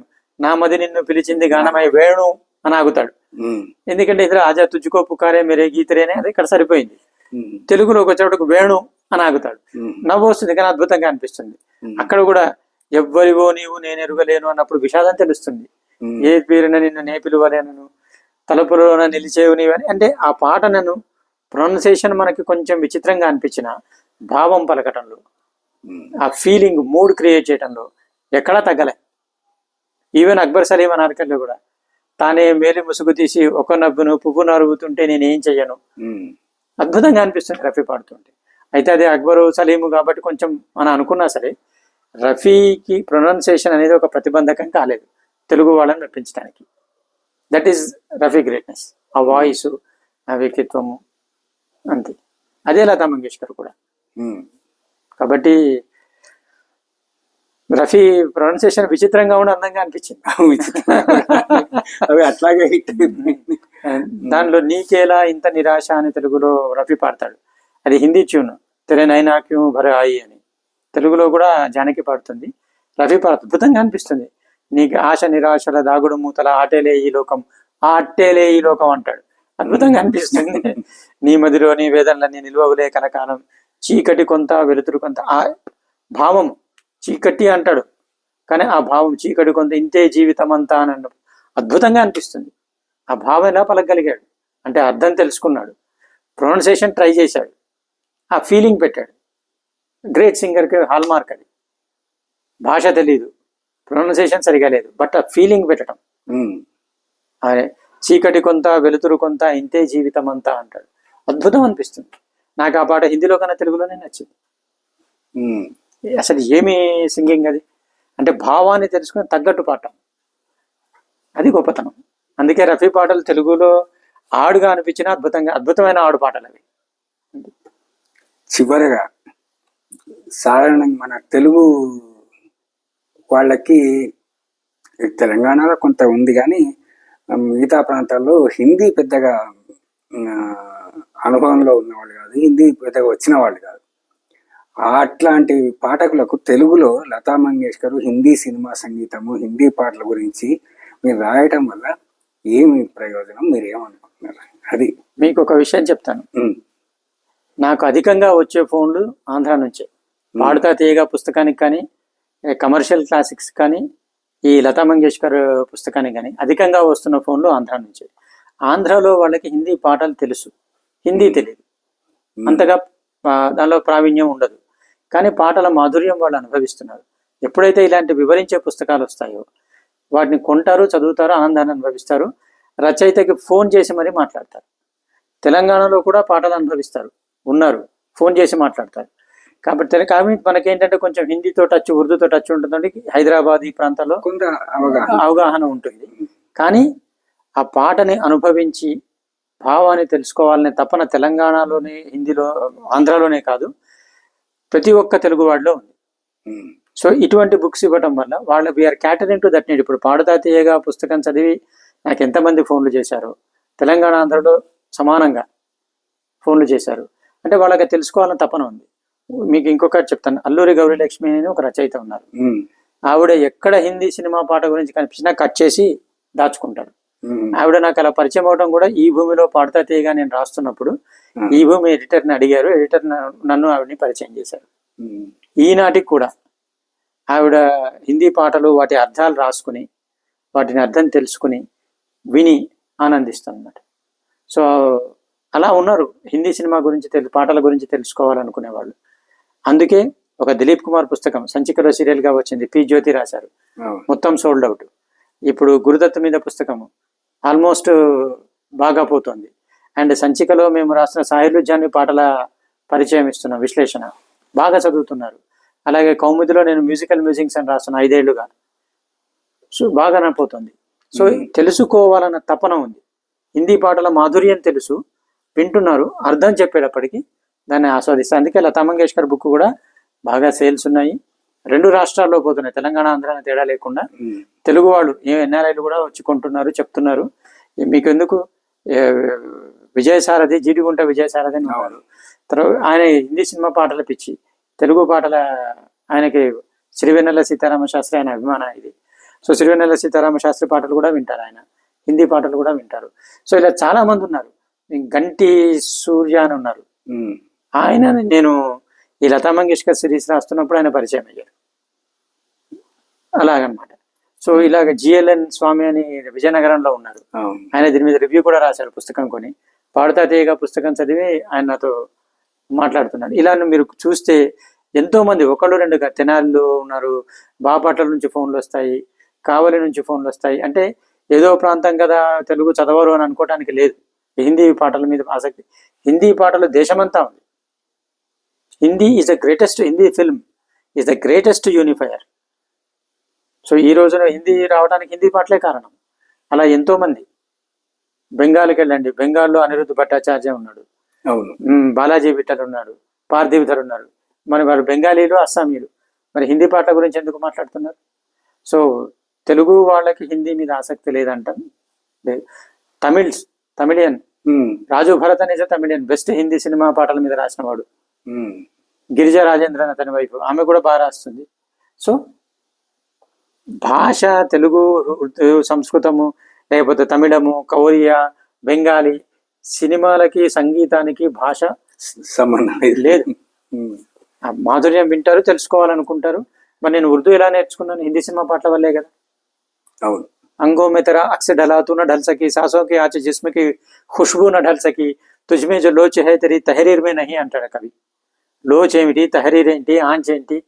సో తెలుసుకోకపోతే పాట బాగుంది ట్యూన్, కానీ పాట అర్థం తెలుసుకోవాలంటే అవి తెలుసుకోవాల్సింది. అవును. సో అలాగనమాట. కాబట్టి ఆంధ్ర, తెలంగాణ ఏ భాష లేదు. Lata Mangeshkar is universal, Hindi film song is universal, Mohammed Rafi is universal. Lata Mangeshkar గురించి ఎంత చెప్పినా, ఎంతసేపు మాట్లాడుకున్నా ఇది తరగని గని. ఎందుకంటే గంటలు మాట్లాడుకున్నా, ఎన్ని రోజులు మాట్లాడుకున్నా, లతా మంగేష్కర్ మాట్లాడమన్నాం. ప్రతి చాప్టర్ గురించి ప్రత్యేకంగా మాట్లాడాల్సి వస్తుంది. ఇంకా మనం ఆమె తండ్రి గురించి మాట్లాడలేదు, తండ్రికి ఆమెకు ఉన్న అనుబంధం గురించి మాట్లాడలేదు, ఇన్ఫ్లుయెన్స్, తల్లితో అనుబంధం గురించి మాట్లాడలేదు. ఇవన్నీ ఏంటంటే లతా మంగేష్కర్ గురించి ఒక్కరి గురించి మాట్లాడలేదు. అవును. మిగతా అందరు మాట్లాడకపోతే లతా మంగేష్కర్ గురించి మాట్లాడే అసంతృప్తి ఉంటుంది, అసంపూర్ణం అవుతుంది. కాబట్టి 1 గంట 2 గంటల్లో సరిపోదు. ఎందుకంటే లతా మంగేష్కర్ గురించి మాట్లాడాలంటే హిందీ సినిమా సంగీతం మాట్లాడాలి. లతా మంగేష్కర్ లేకపోతే హిందీ సినిమా సంగీతం లేదు, హిందీ సినిమా సంగీతం లేకపోతే లతా మంగేష్కర్ లేదు. కాబట్టి ఇది ఎంతకీ అంతం లేని కార్యక్రమం. లిరిసిస్ట్ తీసుకోండి, లతా మంగేష్కర్ కి పాటలు రాయాలంటే ప్రత్యేకంగా రాసేవాడు. ఎందుకంటే మామూలు పదాలు దొరికితే ఆమె ఒప్పుకోదు, ప్రత్యేకంగా రాసేవాడు. ఆమెకి శైలేంద్ర ఫేవరెట్ రైటర్, సాహిర్లు జాన్వి ఆమె గౌరవించే రైటరు, మజ్రూ సుల్తాన్ సుప్రీతోటి క్లోజ్ రిలేషన్షిప్, చాలా మంచివాడు. ఈమె విషప్రయోగం జరిగి సిక్కనప్పుడు రోజు వెళ్ళి ఆమె కవితలు, పాటలు వినిపించేవాడు మజ్రూ సుల్తాన్ పురి. ప్రతి ఒక్కళ్ళు అభిమానించేవాడు. లతా మంగేష్కర్ లేకపోతే మదన్ మోహర్ క్యారియర్ లేదు, శంకర్ జయకిషన్ క్యారియర్ అంత ఇది టేక్ ఆఫ్ కాదు. ఎస్డి బర్మన్ మనం చెప్పుకున్నాము, ఆశాభాషతో మామూలు పాట. ప్రముఖ సంగీత దర్శకులు, పేరు లేని సంగీత దర్శకుడు రాజేష్ రోషన్, లతా మంగేష్కర్, జతిన్ లలిత్, లతా మంగేష్కర్. సో ఈ రకంగా ఎవరిని తీసుకున్నా లతా మంగేష్కర్. సింగర్లు, యాక్టర్లు, మీకు లతా మంగేష్కర్ పాటలు లేకపోతే నర్గిస్ ను ఊహించుకోలేరు, నూతన్ ఊహించుకోలేరు, మధుబాలను ఊహించుకోలేరు, ఆశా పరేఖ్ ను ఊహించుకోలేరు. సాధారణంగానే తేరా మేరా ప్యార్ అమర్, నైనో మే భద్రా ఛాయ్, ఎన్ని పాటలు గుర్తొస్తాయి. చివరికి జయప్రదకి లతా మంగేష్కర్ పాటనే. సో ఏ జనరేషన్ తీసుకున్నా, కాజల్ అనగానే మనకి మేరే కావోమై గుర్తొస్తుంది. టీనాముని ఇందాకే చెప్పుకున్నాము. తర్వాత ఇంకొక ఆమె ఉంది చిన్నపిల్ల, సత్యం శివం సుందరంలో చిన్నపిల్లలాగా వేసింది, పేరాటతో గుర్తు రావట్లేదు. జిందగీ ప్యార్ కా గీత్ హై అని ఆమె పాట. లేకపోతే ఏ గలియా చౌబారా ఆనానా దోబారా అని.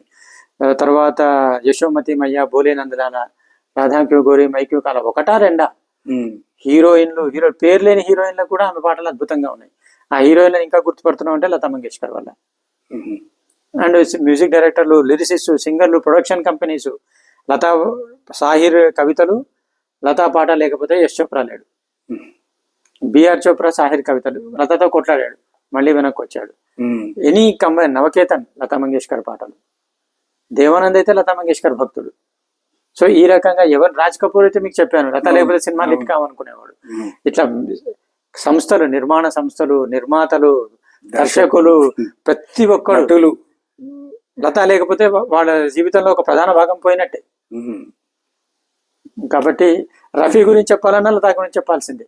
అంతే. వితౌట్ లతా రఫీ లేడు, వితౌట్ రఫీ లతా చరిత్ర లేదు. సో ముఖేష్ అన్న, ముఖేష్ భయ్య అద్భుతమైన పాటలు లతాతో డ్యూయెట్లు పాడారు. కిషోర్ కుమార్ అన్న లతా మంగేష్కర్, మన్నాడే అన్న Lata Mangeshkar. So without Lata you cannot talk about anybody, you cannot talk without Lata. ఇది పరిస్థితి. దాని 420 పేజీలకు కుదించి ఎట్లా రాశానో నాకు అర్థం కావట్లేదు. ఇప్పుడు ఇంకా చాలా ధన్యవాదాలు మురళీకృష్ణ గారు. లతా గురించి అనేక అంశాలు ఇంకా మిగిలి ఉన్నాయి మాట్లాడాల్సినవి. ఈ విషయంలో ఒక విషయం, ఇంకొక ప్రధాన విషయం, మన తెలుగు సాహిత్య ప్రపంచంలో ఉన్న ఒక వైచిత్రం ఏంటంటే, హిందీ సినిమా పాటలంగానే లేకపోతే హిందీ సినిమా అనగానే వేరే వేరే పేర్లు చెప్తారు, కానీ ఇన్ని రాసిన నా పేరు చెప్పడానికి ఇష్టపడరు. నేను ఒక హిందీ సినిమా రచయితను గురించో లేకపోతే నార్త్ లో గుర్తిస్తున్నారు. ఉదాహరణకి ఆనంద్ బక్షి వాళ్ళ అబ్బాయి రాకేష్ ఆనంద్ బక్షి కానీ, అనిరుద్ భట్టాచార్య కానీ, మొన్న నేషనల్ అవార్డు వచ్చిన విజయకర్ కానీ, వీళ్ళందరూ డౌట్లు వచ్చినప్పుడు హిందీ సినిమా పాటల గురించి, ఇంటర్ప్రిటేషన్ గురించి శంకర్ జయకిషన్ ఫౌండేషన్ వాళ్ళు కానీ నాతో చర్చిస్తారు. కానీ ఇది మన తెలుగు రాష్ట్రాల్లో ఉన్నటువంటి చెప్పుకోవాల్సిన పరిస్థితి ఏంటంటే, మీరు హిందీ సినిమా పాట అంటే ఏవేవో పేర్లు చెప్తారు, రాంగ్ ఇంటర్ప్రిటేషన్లు చేసి. మొన్న ఆంధ్రజ్యోతిలో కూడా ఒక ఫీచర్ వచ్చేది, సాగర్, అది సాగర్, సాగర్ అంటే మధుపాత్ర, సాగర్ అని సముద్రం అని తీసుకుని రాశారు. వీళ్ళందరి పేర్లు చెప్తారు కానీ నా పేరు చెప్పడానికి ఇష్టపడరు. అందుకు మనకి బాధ లేదు, వాళ్ళ దీన్ని చూసి జాలిపడ్డమే. ఎందుకంటే ప్రొడక్ట్ ఈస్ గుడ్, ఇవాళ కాకుండా రేపన్నా దాన్ని గుర్తిస్తారు, దానికి పేరు వస్తుంది, చదువుతారు. నాకేంటంటే ఈ లతా మంగేష్కర్ పుస్తకం చదివి ఆమె మీద వేరే వాళ్ళు చేసే ఆరోపణలు, ఇటువంటి దురాలోచనలు విని నవ్వుకుని జాలి పడగలగాలి, ఆ స్థితికి వస్తారు ఈ పుస్తకం చదివితే. కాబట్టి ఎక్కువ మంది చదవాలని కోరిక. ధన్యవాదాలు మురళీకృష్ణ గారు, చాలా చక్కని విషయాలు చెప్పారు. బహు కృతజ్ఞతలు, ధన్యవాదాలు. నా మనసులో మాటలు చెప్పుకునే అవకాశం కూడా ఇచ్చారు.